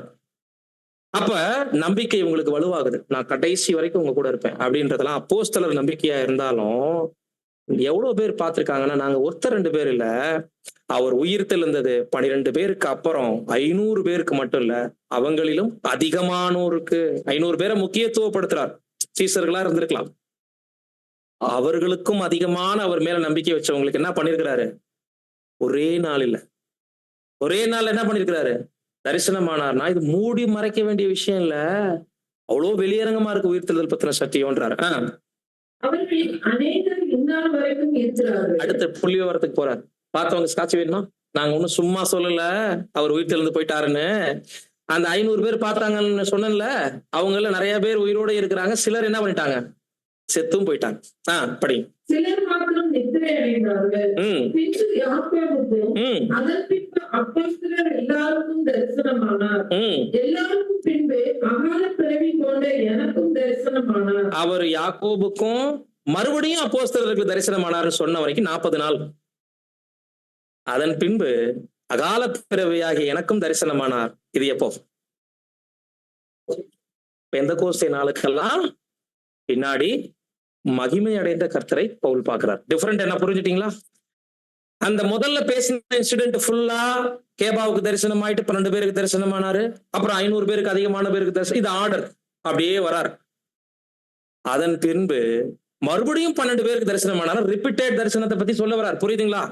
மொத்தம் எத்தனை முறை கர்த்தர் தரிசனமானார்? 40 நாள்ல 8 முறை. 3 தரிசனம் ரிப்பீட்டட். 3 முறை ஒரே தோற்றத்தை மறுபடியும் காமிச்சதுனால 9, 10, 11 தரிசனம். கணக்குப்படி 11 தரிசனம். கெட்டப் பாத்தீங்கன்னா, அவர் காமிச்சிட்ட தோற்றம் பாத்தீங்கன்னா 8. புரிஞ்சுட்டீங்களா? இப்ப இந்த ஆர்டர் பேசிட்டு அவர் எத்தனை முறை தரிசனமானாரு, அது எங்கெங்க எப்படி வந்தான்னு ரொம்ப டீடைல் சொல்லல. மறுபடியும் 12 பேருக்கு தரிசனமானாருன்னு முடிச்ச பிறகு 40 டேஸ் முடியுது. இப்ப பரமேறியாச்சு. நான் போறேன், மறுபடியும் வருவேன். தூதர் சொல்றாரு, கலிலேயராகிய மனுஷரே, ஏன் வானத்தை அண்ணாந்து பார்த்துட்டு இருக்கிறீங்க? உங்க கண் பார்க்க எடுத்துக்கொள்ளப்பட்ட கர்த்தர் இயேசு எப்படி வானத்துக்கு எழுந்தருளி போனாரோ அப்படியே திரும்பி வருவார்னு சொன்ன நிகழ்ச்சிக்கு பின்னாடி யாருக்காவது தரிசனம் ஆனாரானா? இப்ப வரார் முக்கியமான பாயிண்ட்டுக்கு. நான் சொன்னதை சாதாரணமா நீங்க நம்ப வேண்டாம், நானும் அவரை பார்த்திருக்கிறேன். ஏன்னா பவுல் சொன்னதெல்லாம் நம்ம ஏன் கேட்கணும்? அவர் என்ன ஆண்டவரோட இருந்தவரா? இப்ப அவர் உயிர்த்தெழுதலை பத்தி பேசினா அதெல்லாம் நம்பணுமா? இதெல்லாம் ஓடிட்டு இருக்கு இப்ப கொரிந்தி சபைக்குள்ள. இவர் யாரு? இவர் பேதுருவா, யூதாசா, யோவானா, யாக்கோபா? அவர் கூட இருந்தவரே செத்து போயிட்டாரு. இவர் சொல்றத நம்ம நம்பிட்டு இருக்கணுமான் போது இப்ப ஒரு ப்ரூஃப் கொடுக்குறாரு. டவுட்டா இருக்கா நான் அப்போஸ்தலன்னு? நான் சொல்ற விஷயத்த ஏத்துக்கணும்னா முதல்ல என் மேல நம்பிக்கை வரணும் உங்களுக்கு. ஒருவேளை சந்தேகம் இருந்தா இப்ப நான் சொல்றேன், அப்போஸ்தலர்கள்னா அவரை பார்த்திருக்கணும், அவரோட பழகி இருக்கணும், அவர் அவங்களுக்கு கற்றுக் கொடுத்திருக்கணும். நானும் குறைவானவன் கிடையாது, எனக்கும் கத்துக் கொடுத்திருக்காரு, நானும் பார்த்திருக்கேன். அகால பிறவியாகி எனக்கும் அவங்க எல்லாரையும் தரிசனமான பின்னாடி தரிசனமானாரு. சும்மா இல்ல, மகிமையடைந்த கிறிஸ்துவா. இப்ப சொல்லுங்க, அந்த 11 பேருக்கு இருக்கக்கூடிய வழிநடத்துதலை விட யாருக்கு அதிகமான ஸ்பிரிட் இருக்கும்? ஏன் இவருக்கு இவ்வளவு ஆவி தெரியுதுங்களா? உங்களுக்கு புரியுதுங்களா? 11 பேரும் மாம்சத்துல இருந்த கிறிஸ்துவ பார்த்தவங்க. யூதாஸ் காலி இடத்துக்கு வந்தவர் அப்போஸ்தலனாகிய பவுல் மகிமையடைந்த கிறிஸ்துவ பார்த்தார். சரி, எப்படி பார்த்தார்? அகால பிறவியாகி எனக்கும் பின்பு அவர் தரிசனமானார்னு சொல்றாருல, எப்படி இருந்துச்சு அந்த தரிசனம்? 9ஆம் அதிகாரம் அப்போஸ்தலர்ல இருக்கும் பாருங்க, 24 நினைக்கிறேன். பகலிலே அப்படின்னு ஆரம்பிக்கும் வசனம். மத்தியான வேலையிலே அப்படின்னு சூரிய வெளிச்சத்து மிகுந்த பிரகாசமான ஒரு ஒளி வந்துச்சு அப்படின்னு. அவன் பிரயாணமாய் போய் தமஸ்கு எத்தனாவது வசனம்? 3. இல்ல 9ஆம் அதிகாரத்துல 24, 25 இருக்கும் பாருங்க. அதுல சொல்லுவாரு, நான் எப்படிப்பட்ட ஒளியை பார்த்தேன் அப்படின்னு. 9ஆம் அதிகாரத்துல இருக்கும், மத்தியான வேலையில ஆரம்பி. எத்தனை வசனம்? 3ல இருக்குங்களா? சரி, வாசிங்க. சரித்திர வானத்திலிருந்து ஒரு ஒளி அவனை சுற்றி பிரகாசித்தது. அவன் தலையிலே விழுந்தான். அப்பொழுது சவுலை இது நடந்த நிகழ்வு. ஆனா அதை நான் எப்படி பார்த்தேன் அப்படின்னு, நான் என்ன தரிசித்தேன் அப்படிங்கிறத 9ஆம் அதிகாரத்துல சொல்லுவாரு. சரி, அது எனக்கு சரியான சாப்டர் 9 என்னன்னு ஞாபகத்துல இல்ல. சரி, விட்டுருங்க, பரவாயில்ல. மகிமை அடைந்து உயிர்த்தெழுந்து மகிமை அடைந்த கிறிஸ்துவை பவுல் பார்த்ததான தோற்றம் ஏதாவது இங்க பதிவு பண்றாரா? ஏதாவது தோற்றம் சொல்றாரா அந்த இடத்துல? ஒயிட் ட்ரெஸ் போட்டிருந்தாரு, என்னை பார்த்து சிரிச்சாரு, ரூம்குள்ள நான் உட்கார்ந்துருக்கும் போது வந்தாரு, எனக்கு கை கொடுத்தாரு, இப்படி எல்லாம் இன்னைக்கு பாஸ்டருங்க பேசுறாங்கல்ல. அரை வீட்டுக்குள்ள வந்துட்டார், எனக்கு கை கொடுத்தார், என்னை மட்டும் பார்த்து சிரிச்சாரு, மற்றவங்கள்ட்ட எல்லாம் பேச மாட்டேன், உன்னை மட்டும் நம்பி ஒரு ஊழியத்தை ஒப்படைக்கிறேன் எல்லாம் சொல்லி அப்படியே அந்த அங்கி போட்ட உருவத்துல ஆண்டவரை பார்த்ததா கற்பனை பண்ணி வச்சிருக்கிறாங்க. அப்படி பவுலை பார்த்திருக்கிறாரா? பவுல் அப்படி ஆண்டவரை பார்த்தாரானா? அப்படி நினைச்சுக்க வேண்டாம். காலப்பிறவியாகி எனக்கும் தரிசனமானாரு, மகிமை அடைந்த கிறிஸ்துவா, சர்வ வல்லவராக எனக்கு தரிசனமாயி சுவிசேஷத்தினுடைய அநேக கட்டுமான பணிகளை குறித்த முக்கியமான உபதேசங்களை என்கிட்ட ஒப்படைச்சார். அப்படின்னா 26:13. ஓகே. நான் அது 9ன்னு சொல்லிட்டு இருந்தேன் இல்லைங்களா அவ்வளவு நேரம். வாசிங்க 26:13. மத்தியான வேளையில், ராஜாவே, நான் வழியிலே சூரியனுடைய பிரகாசத்திலும் அதிகமான ஒளி வானத்திலிருந்து என்னை. அந்த வார்த்தை தான் நான் படிக்க சொன்னது. கர்த்தருடைய உயிர்த்தெழுதலின் சரீரம் எப்படி இருந்துச்சா? சூரிய வெளிச்சத்தை விட பிரகாசம். ஒரு செகண்ட் நீங்க பாருங்க, சூரியனை உச்சி வெயில்ல கண்ணு கொஞ்ச நேரம் நமக்கு சுத்தி இருக்கிறது தெரியாது. கர்த்தருடைய சரீரம் எப்படி இருந்துச்சா? அந்த சூரிய வெளிச்சத்தை பிரகாசத்தை பார்க்கிலும் பல மடங்கு பிரகாசமா இருந்துச்சுன்னா, 2ஆம் வருகை இந்த நாட்கள்ல கர்த்தரை தரிசனமா பார்த்ததா சொல்லிட்டு இருக்கிறாங்கல்ல. அநேக பாஸ்டர்ஸ் எல்லாருக்கும் கண்ணு தானே போயிருக்கணும், எல்லாரும் குருடாத்தானே ஊழியம் பண்ணணும். இத பார்த்த பவுலுக்கு 3 நாள் கண் பார்வை சுத்தமா தெரியல. அதுக்கப்புறம் ஜெபம் பண்ணி கேட்டும் ஆண்டவர் அவரை குணப்படுத்தல. உனக்கு இருக்கிற பலத்தோட நீ போன்ட்டார், ஏன்னா நான் உன்னை பலப்படுத்துவேன். இப்ப இந்த விஷயத்தை இங்கேயே கொண்டு வராரு அப்படின்னா, பவுல் சொல்றத கேட்க வேண்டியது இல்ல, அவர் உயிர்த்தெழுதலை பத்தி பேசிட்டு இருக்காருப்பா, அவர் வார்த்தையை நம்பாதீங்கன்னு போயிட்டு இருக்குதுங்க. ஆனா நான் உங்களுக்கு ஒப்புவித்ததை கர்த்தரிடத்திலிருந்து கற்றுக்கொண்டேன், அததான் நான் உங்களுக்கு சொன்னேன். இது நமது அடிப்படை உபதேசம். இதுலதான் உங்களை இவ்வளவு நாள் உறுதிப்படுத்தி வச்சிருந்தேன். அதுக்கான ஆதாரம் சொல்றேன் கேளுங்க. களவாய் கொண்டு போகல, கட்டுக்கதை இல்ல. எழுந்தாரு, 12 பேருக்கு தரிசனமானாரு, திரும்ப ரிப்பீட்டா தரிசனமாயிட்டு இருந்தாரு. அது மாதிரி 11 முறை நடந்துச்சு.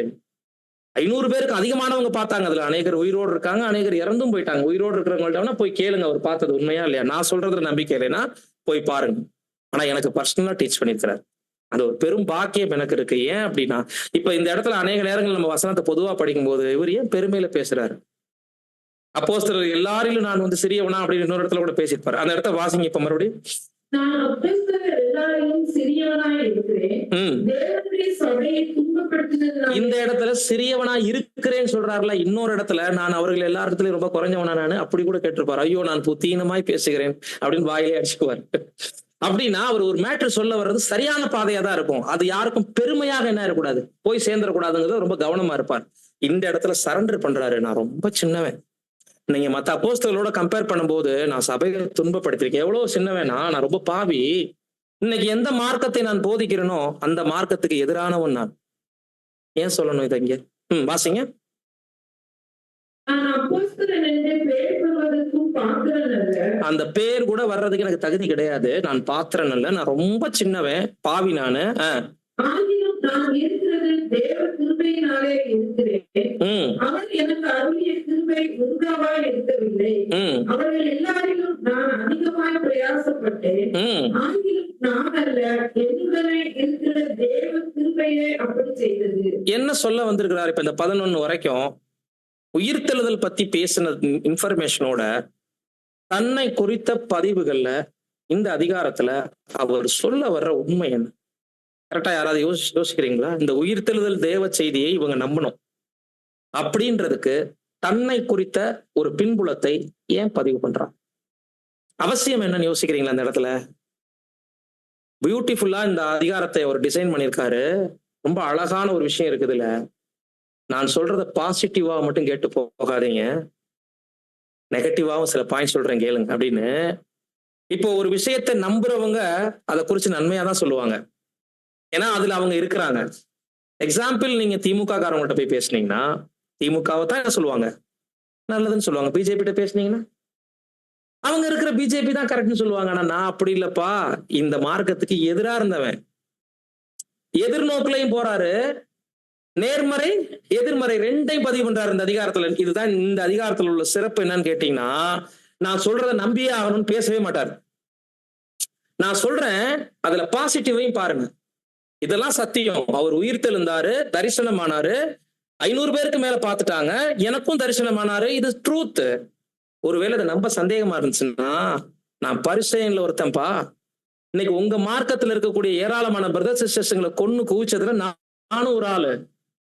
நானே சொல்றேன்ல, இந்த அப்போஸ்தலர்களோட நிக்க தகுதி இல்லாதவன் தெரியுமா நானு? உங்கள ஒரு ஆள் உங்க நம்பிக்கையில உள்ளவங்க சொன்னா நீங்க மறுத்துருங்க, வேண்டான்னு சொல்லிடுங்க. நான் உங்களுக்கு ஆப்போசிட் ஆனவன் இல்லையா? அப்படி கொண்டு போறாரு. பாத்தீங்களா என்ன ஒரு பியூட்டிஃபுல்லான அப்ரோச்? பாத்தீங்களா? இதை நம்ம எல்லாம் கத்துக்கணும்.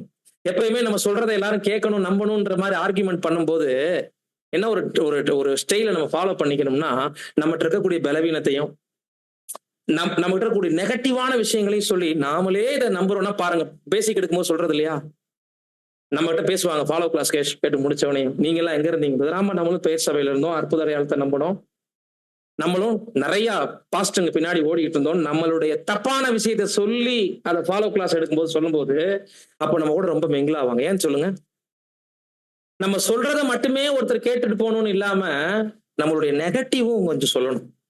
அதான் நேர்மறை எதிர்மறை ரெண்டு கோணத்திலையும் 15ஆம் அதிகாரத்தை அவர் ரெக்கார்ட் பண்றாரு. நமக்கு நேர்மறையில மாத்திரம் அப்படின்னா சுயாதீனத்துல கை வைக்கிற மாதிரி நான் சொல்றதை நீங்க நம்பியே தீரணும். ஆனா நான் இப்ப ஒரு விஷயம் சொல்றேன், அதை நம்புங்க. நான் துன்பப்படுத்தினவன், அப்போஸ்தலர்கள் பக்கமே நிக்க எனக்கு தகுதி இல்லை. அவங்க எல்லாரையும் நான் ரொம்ப ரொம்ப சின்னவன். ஆனாலும் இந்த ஊழியத்தை நான் அப்படி செஞ்சுட்டு இருக்கிறேன்னா தேவனுடைய சுத்த கிருபையில் என்ன சொல்ல வர்றாருன்னா, அவங்க எல்லாரிலும் நான் பின்னாடி வந்திருக்கலாம், ரொம்ப சின்னவனா இருந்திருக்கலாம், இந்த ஊழியத்தை செய்யறதுக்கு எனக்கு தகுதி இல்லாம இருந்திருக்கலாம். அந்த தகுதி கிறிஸ்துவினால் எனக்கு உண்டாயிருச்சு. அதனால நான் குறைஞ்சவன் அல்ல அப்படியும் சொல்றாரு. புரியுதுங்களா? அப்படியே பாசிட்டிவா சொல்லாம நெகட்டிவையும் சொல்லிட்டு அந்த இடத்த குறிப்பா வாசிங்க. ஆயினும் அந்த இடம் ஆகிலும் நான் அல்ல, என்னுடனே இருக்கிற தேவ கிருபையே அப்படி செய்தது. இல்ல, அதுக்கு முன்னாடி ஒரு வார்த்தை. ஆகிலும் நான் இருக்கிறது தேவ இல்ல. கிருபையினாலே இருக்கிறேன். அந்த அப்போஸ்தலர்கள் எல்லாரையும் நான் சிறியவன் அல்லன்னு சொல்லிட்டு ஒரு விஷயத்தை சொல்லுவார் பாருங்க. அவர் பயன்படுத்தக்கூடிய விதம் பத்தி. அப்போஸ்தலர்கள் எல்லாரிலும் நான் சிறியவன் அல்ல அங்க சொல்லிட்டு இருக்க. அங்கிருந்து வாசிங்க. நான் அப்போஸ்தலன் என்று பெயர் பெறுவதற்கும் பாத்திரன் அல்ல, பாத்திரன் அல்ல. ஆகிலும் நான் இருக்கிறது தேவ கிருபையினாலே இருக்கிறேன். அவர் எனக்கு அருளிய கிருபை உண்டாவாய் இருக்கவில்லை. அவர்கள் எல்லாரும் நான் அதிகமாய் பிரயாசப்பட்டேன். ஆகிலும் நான் அல்ல, என்னுடனே இருக்கிற தேவ கிருபை. கவனிச்சீங்களா? முதல்ல நான் தகுதி இல்லை, நான் சின்னவன். அதே இடத்துலயே கொண்டு போயிட்டே இருந்துட்டு ஆனா நான் ரொம்ப பிரயாசப்பட்டேன்ட்டார். இப்ப தன்னை உயர்த்துறாரா தாழ்த்துறாரா? உயர்த்தவும் இல்லை தாழ்த்தவும் இல்லை. பிராக்டிக்கல் என்ன? நான் வேணும்னு என் உபதேசத்தை ஹைலைட்டும் பண்ணல. ஏன்னா எனக்கு இவ்வளவு நெகட்டிவ் இருக்கு என் லைஃப்ல. நான் துன்பப்படுத்தினேன். அப்போஸ்தலரோட கம்பேர் பண்ணீங்கன்னா நான் ஒண்ணுமே இல்லை. ஆனால் எவ்வளவு பயன்படுத்தப்பட்டிருக்கேன். நான் அவங்க எல்லாருக்கும் கிடைச்சிட்ட கிருபையை விட நான் அதிகம் வாங்கிட்டேன். இப்போ நிறைய பெற்றுக்கொண்டேன் கர்த்தரிடத்துல. அதனால நான் உங்களுக்கு எழுதுறது எதுவுமே கட்டுக்கதைகள் கிடையாது. இப்ப இந்த 11 வருஷம் வரைக்கும் கிறிஸ்துவுடைய உயிர்த்தெழுதல், அதை தான் போதிக்கிற விதம், என்ன மனநிலையிலிருந்து நீங்க பார்க்கணும், எவ்வளவு பேர் கர்த்தரை தரிசிச்சிருக்கிறாங்க அப்படின்னு பேசிட்டு இப்ப 12 முதல் 20 வரைக்கும் வாசி. கிறிஸ்து மருத்துவரிலிருந்து எழுந்தாலிருந்து பிரசங்கிக்கப்பட்டிருக்க மருத்துவரின் உயிர்த்தெழுதல் இல்லை என்று உங்களில் சிலர் எப்படி சொல்லலாம்? டைரக்டா கேள்விக்கு போறாரு. இப்ப மேல நம்ம இவ்வளவு நேரம் பார்த்ததுக்கான ஆன்சர் கிடைக்குது பாத்தீங்களா? இப்படி கிறிஸ்து மரித்தோரிலிருந்து உயிர்த்து எழுந்தார் என்று பிரசங்கிக்கப்பட்டு இருக்கேன்னு என்ன அர்த்தம்? பிரசங்கிக்கப்பட்டு ஊர்ஜிதப்படுத்தப்பட்டு அது எக்லிசியா ஸ்தாபனமாகி உங்க கஷ்டப்பட்டு ஃபாலோ கிளாஸ் எடுத்து ஸ்தாபிச்சுட்டு போறாங்க. அந்த நாட்கள்ல ரொம்ப சிரமம். கால்நடை பிரயாணம், கழுதைகள், ஒட்டகங்கள், குதிரைகள் வச்சு டிராவல் பண்ணி கடல்வெளி பிரயாணம் மேற்கொண்டு ஒரு கண்டத்தை விட்டு கண்டத்துக்கெல்லாம் போறாங்க.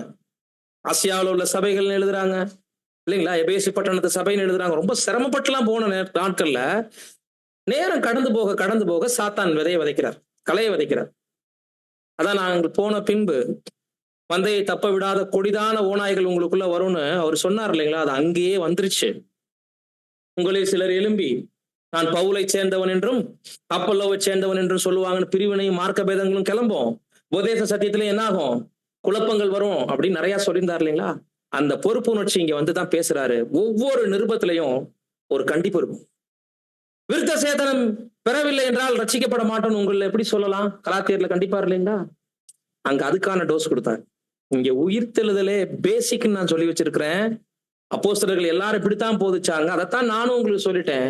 போயிட்டு வர்ற கேப்ல உயிர்த்தெழுதல் உங்களில் இல்லை என்று எப்படி சொல்லலாம்? கிறிஸ்து மரித்து உயிர்த்து வெளியரங்கமாய் அவர் எல்லாத்துக்கும் காணப்பட்டிருக்கும் போது உங்களில் சிலர்னு ஏன் சொல்றார் அப்படின்னா, எல்லாருக்கும் இந்த அவநம்பிக்கை இல்ல, புளித்த மாவு கல ஆரம்பித்ததுன்னு கண்டுபிடிச்சிட்டார்.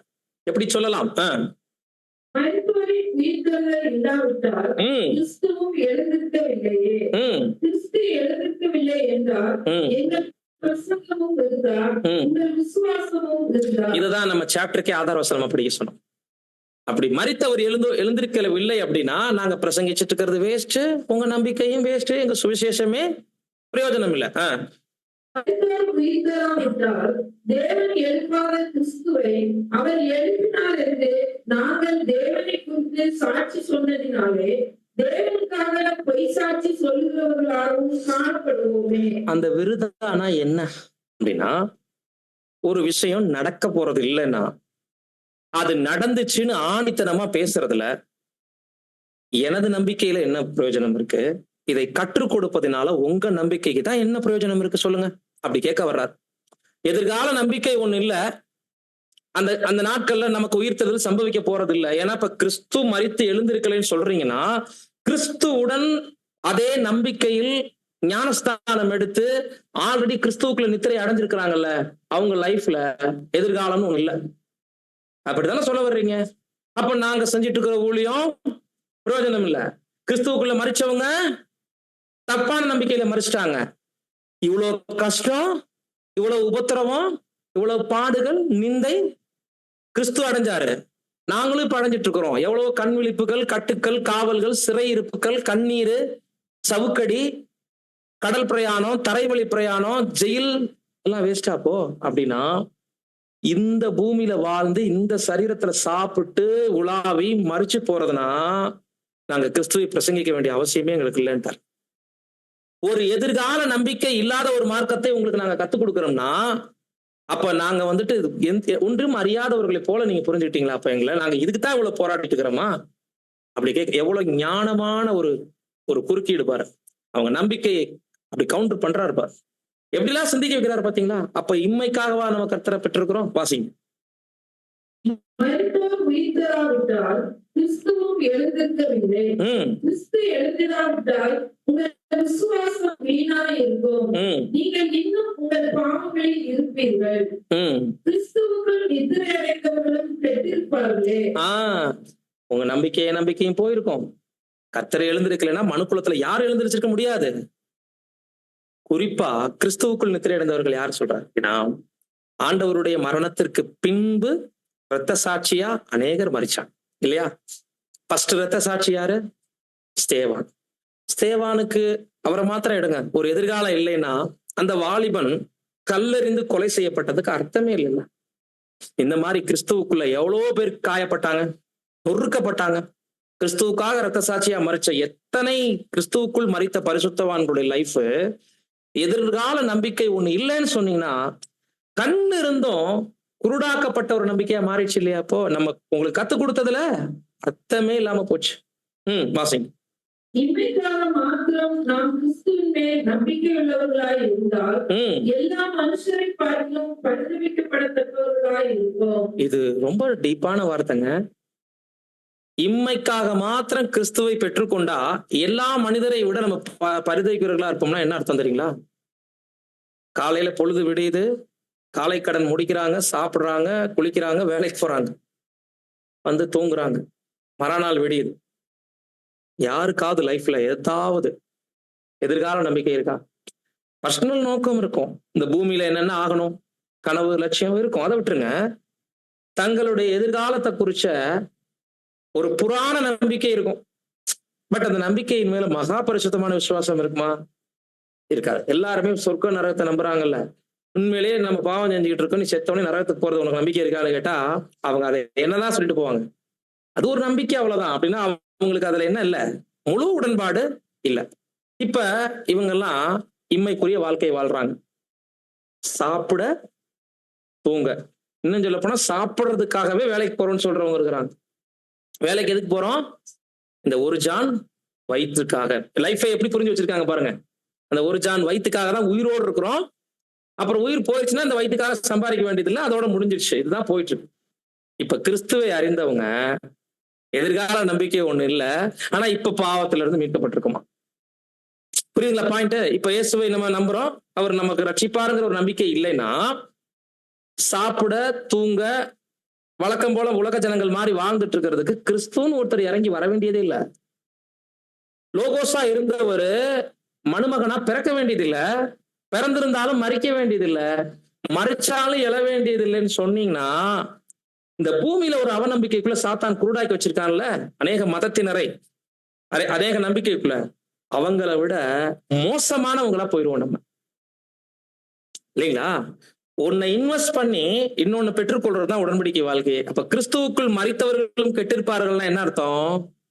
கிறிஸ்துவுக்குள் மரித்தவர்களுடைய நம்பிக்கை என்னவா இருந்துச்சுன்னா, உங்கள் சரீரங்களை பரிசுத்தமும் தேவனுக்கு பிரியமுமான ஜீவ பலியா ஒப்பு கொடுங்கிற ரோமர் 12:1 ஒரு காரியத்தை இன்வெஸ்ட் பண்ணிருக்கிறாங்க. யாரு? கிறிஸ்துவுக்குள் மரித்தவர்களுடைய இன்வெஸ்ட்மெண்ட் என்ன தெரியுங்களா? நமது சரீரம். சரீரத்துக்குள்ள என்ன இருக்கு? ரத்தம் இருக்குன்றாதீங்க. சரீரத்துக்குள்ளேனா அந்த சரீரத்தை பலி செலுத்துறதுக்குள்ள என்ன இருக்குன்னா, பூமிக்குரிய எல்லா நன்மைகளையும் உணர்வுகளையும் நம்மளுடைய உரிமைகளையும் உடைமைகளையும் சாக்ரிஃபைஸ் பண்ணணும். இதுதான் தாளந்துகள் திறமைகள்ல நம்ம சொல்லிடுறோம். நேரம், உடல் நலம், பலம், செல்வம், செல்வாக்கு, அறிவுத்திறன் சொல்லிடுறோம் இல்லைங்களா? இது இல்லாம கேரக்டர் ஒரு பக்கம் டெவலப்மெண்ட் ஆகணும். புது சிருஷ்டியில பழைய மனிதனுடைய விசக்கனிகள் வெட்டேறியப்படணும், புதிய மனிதனுடைய ஆவிக்குரிய கனிகள் டெவலப் ஆகணும். அன்பு, சந்தோஷம், சமாதானம், விட்டு கொடுத்தல், சுயத்தல் கம்ப்ளீட்டா மறிக்கணும். சுயத்துக்கு தான உடன்படிக்கை. இப்போ பலிபீடத்தின் மேல ஒரு மிருகம் வைக்கப்படுது, அது சாம்பல் ஆகிற வரைக்கும் தகனம் ஆகுது. அப்பனா அந்த மிருகத்தினுடைய லைஃப் முடியுது. இதான் உடன்படிக்கை வாழ்க்கை. நம்மளுடைய சுயம் எல்லாம் சாம்பல் ஆகிற வரைக்கும் பலியானா, இப்ப இந்த பலி சாக்ரிஃபைஸுக்கு பின்னாடி கடவுள் அதை ஏற்றுக்கொள்றாருன்னா, அதற்கு பிறகு வேற்று உருவத்தை நமக்கு கொடுப்பாரு. எதிர்காலம் நமக்கு ஒண்ணு இருக்கு, அது இந்த சரீரத்துல இல்லைங்கிற பிரிவுல தானே உடன்படிக்கை இப்ப பண்ணிருக்கிறோம். மறுமைக்குரிய நம்பிக்கை இல்லாமல் இருந்திருந்தால் இந்த உடன்படிக்கைக்கு நம்ம யாராவது வந்திருப்போமா? பேதுரு என்ன கேட்டார்? ஆண்டவரே, உமது நாமத்தின் நிமித்தம் எங்க வீட்டையோ, தகப்பனையோ, தாயவோ, பிள்ளைகளையோ, மனைவிகளையோ விட்டுட்டு நாங்க வர்றோமே, எங்களுக்கு என்ன சொல்லிட்டு இருந்தாரு? எல்லாத்தையும் விட்டு வர்றீங்கல்ல, எதிர்காலத்துல இது எல்லாத்தையும் உங்களுக்கு 100 மடங்கு தருவேன். 100 மடங்கு தாய் தகப்பன்கள், சகோதர சகோதரிகள் மாதிரி அவ்வளோ பெரிய ஆசீர்வாதத்துக்குள்ள போவீங்க. ஏன்னா என் பிதாவின் வீட்டுல அவ்வளவு வாசஸ்தலம் வாக்குறுதி கொடுத்திருக்கிறார்ல. அப்ப இம்மைக்காக மாத்திரம் கிறிஸ்துவை விசுவாசித்தால் பரிதபிக்கக்கூடியவர்களா இருப்போம்னா, மரணம்னா ஏன் ஞானமா யோசிங்க. அவர் ஏன் மரிச்சாரு? அவர் இல்லாம போறதுக்கா? அவரு பூமிக்குரிய வாழ்க்கையை சாக்ரிஃபைஸ் பண்ணாரு, இன்வெஸ்ட் பண்ணிருக்கிறாரு. ஒன்றை கொடுத்து ஒண்ணு வாங்கியிருக்கிறார்.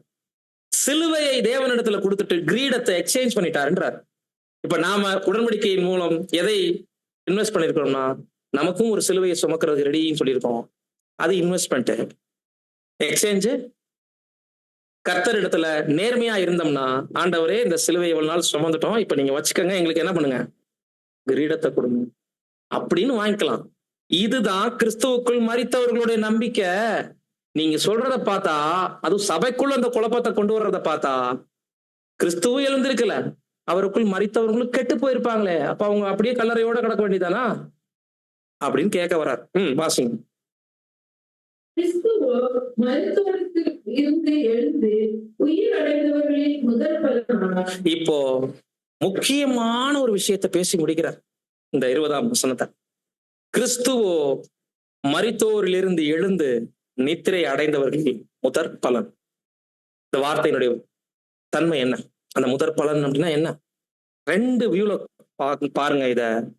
ஒண்ணு, இது வரைக்கும் ஆதாமுடைய சந்ததியில மரிச்ச யாருமே உயிரோட வரல. நான் சொல்றது கரெக்டுங்களா? கரெக்டா தப்பா? கிறிஸ்துவுக்கு முன்னாடி மரித்த யாரும் உயிர் தெழுப்பப்படல. கரெக்டா நான் சொல்றது? உயிர் தெழுப்பப்பட்டாங்களா இல்லைங்களா?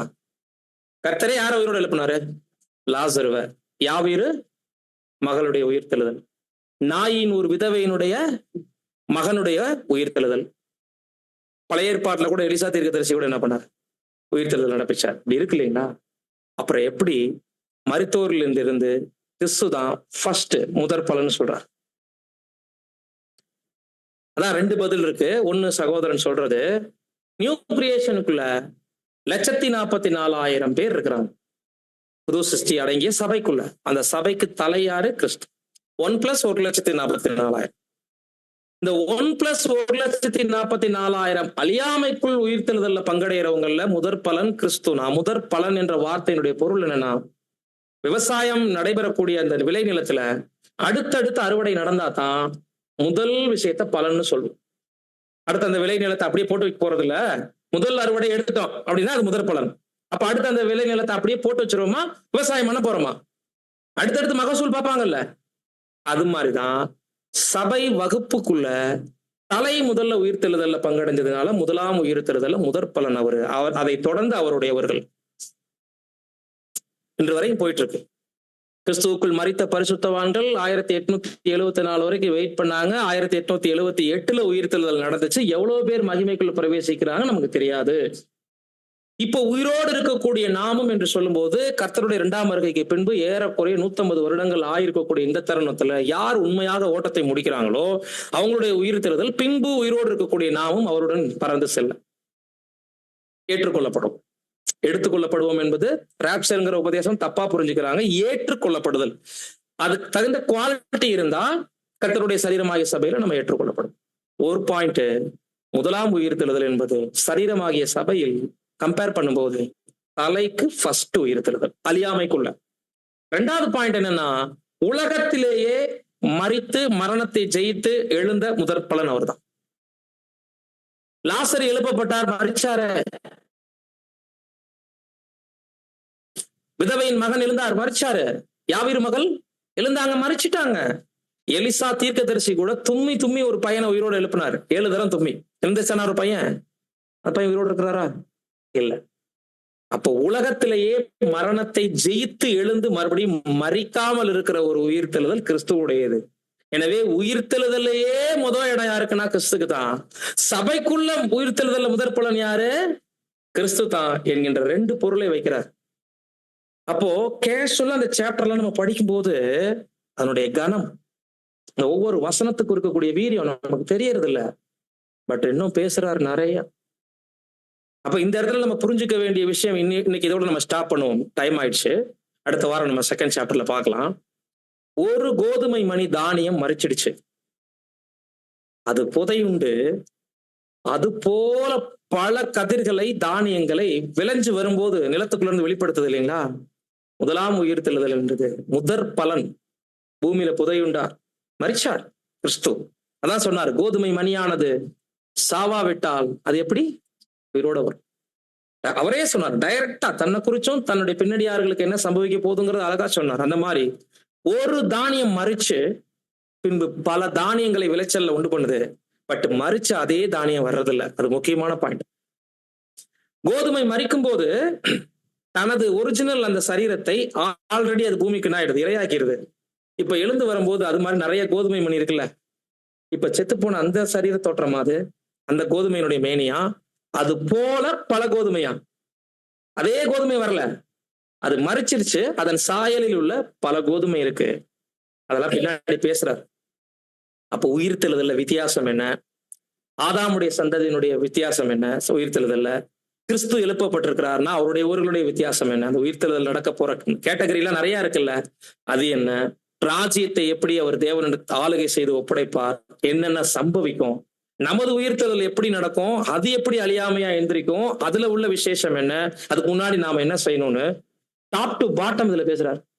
ஆதாமுடைய மரணம், ஆதாமுடைய சந்ததிக்கு கிடைக்க போற உயிர்த்தெழுதல், அதுக்கு கிறிஸ்து கொடுத்த ரேன்சம்ல இருந்து, அவருடைய முதலாம் உயிர்த்தெழுதல், அவருடைய முதற் பலன் விஷயத்துல இருந்து நமக்கான மேனி வரைக்கும் மாபெரும் ரகசியங்கள் அடுத்து நம்ம பார்க்க போற 58 வரைக்கும் இருக்கக்கூடிய வசன பகுதிகளை நம்ம பார்க்க போறோம். தொடர்ந்து அடுத்த முறை அடுத்த வாரம் நம்ம வரும் பொழுது அவைகளை பார்க்கலாம். தியானிச்சுட்டு வாங்க, இந்த சாப்டரை மீண்டும் மீண்டும் படிங்க. உங்களுக்கு என்ன தோணுது அப்படின்னு ஆன்சர் பண்றதுக்கு ரெடி ஆயிவாங்க. தேவன் தாமே நாம் ஒவ்வொருவரையும் ஆசீர்வதிப்பாராக.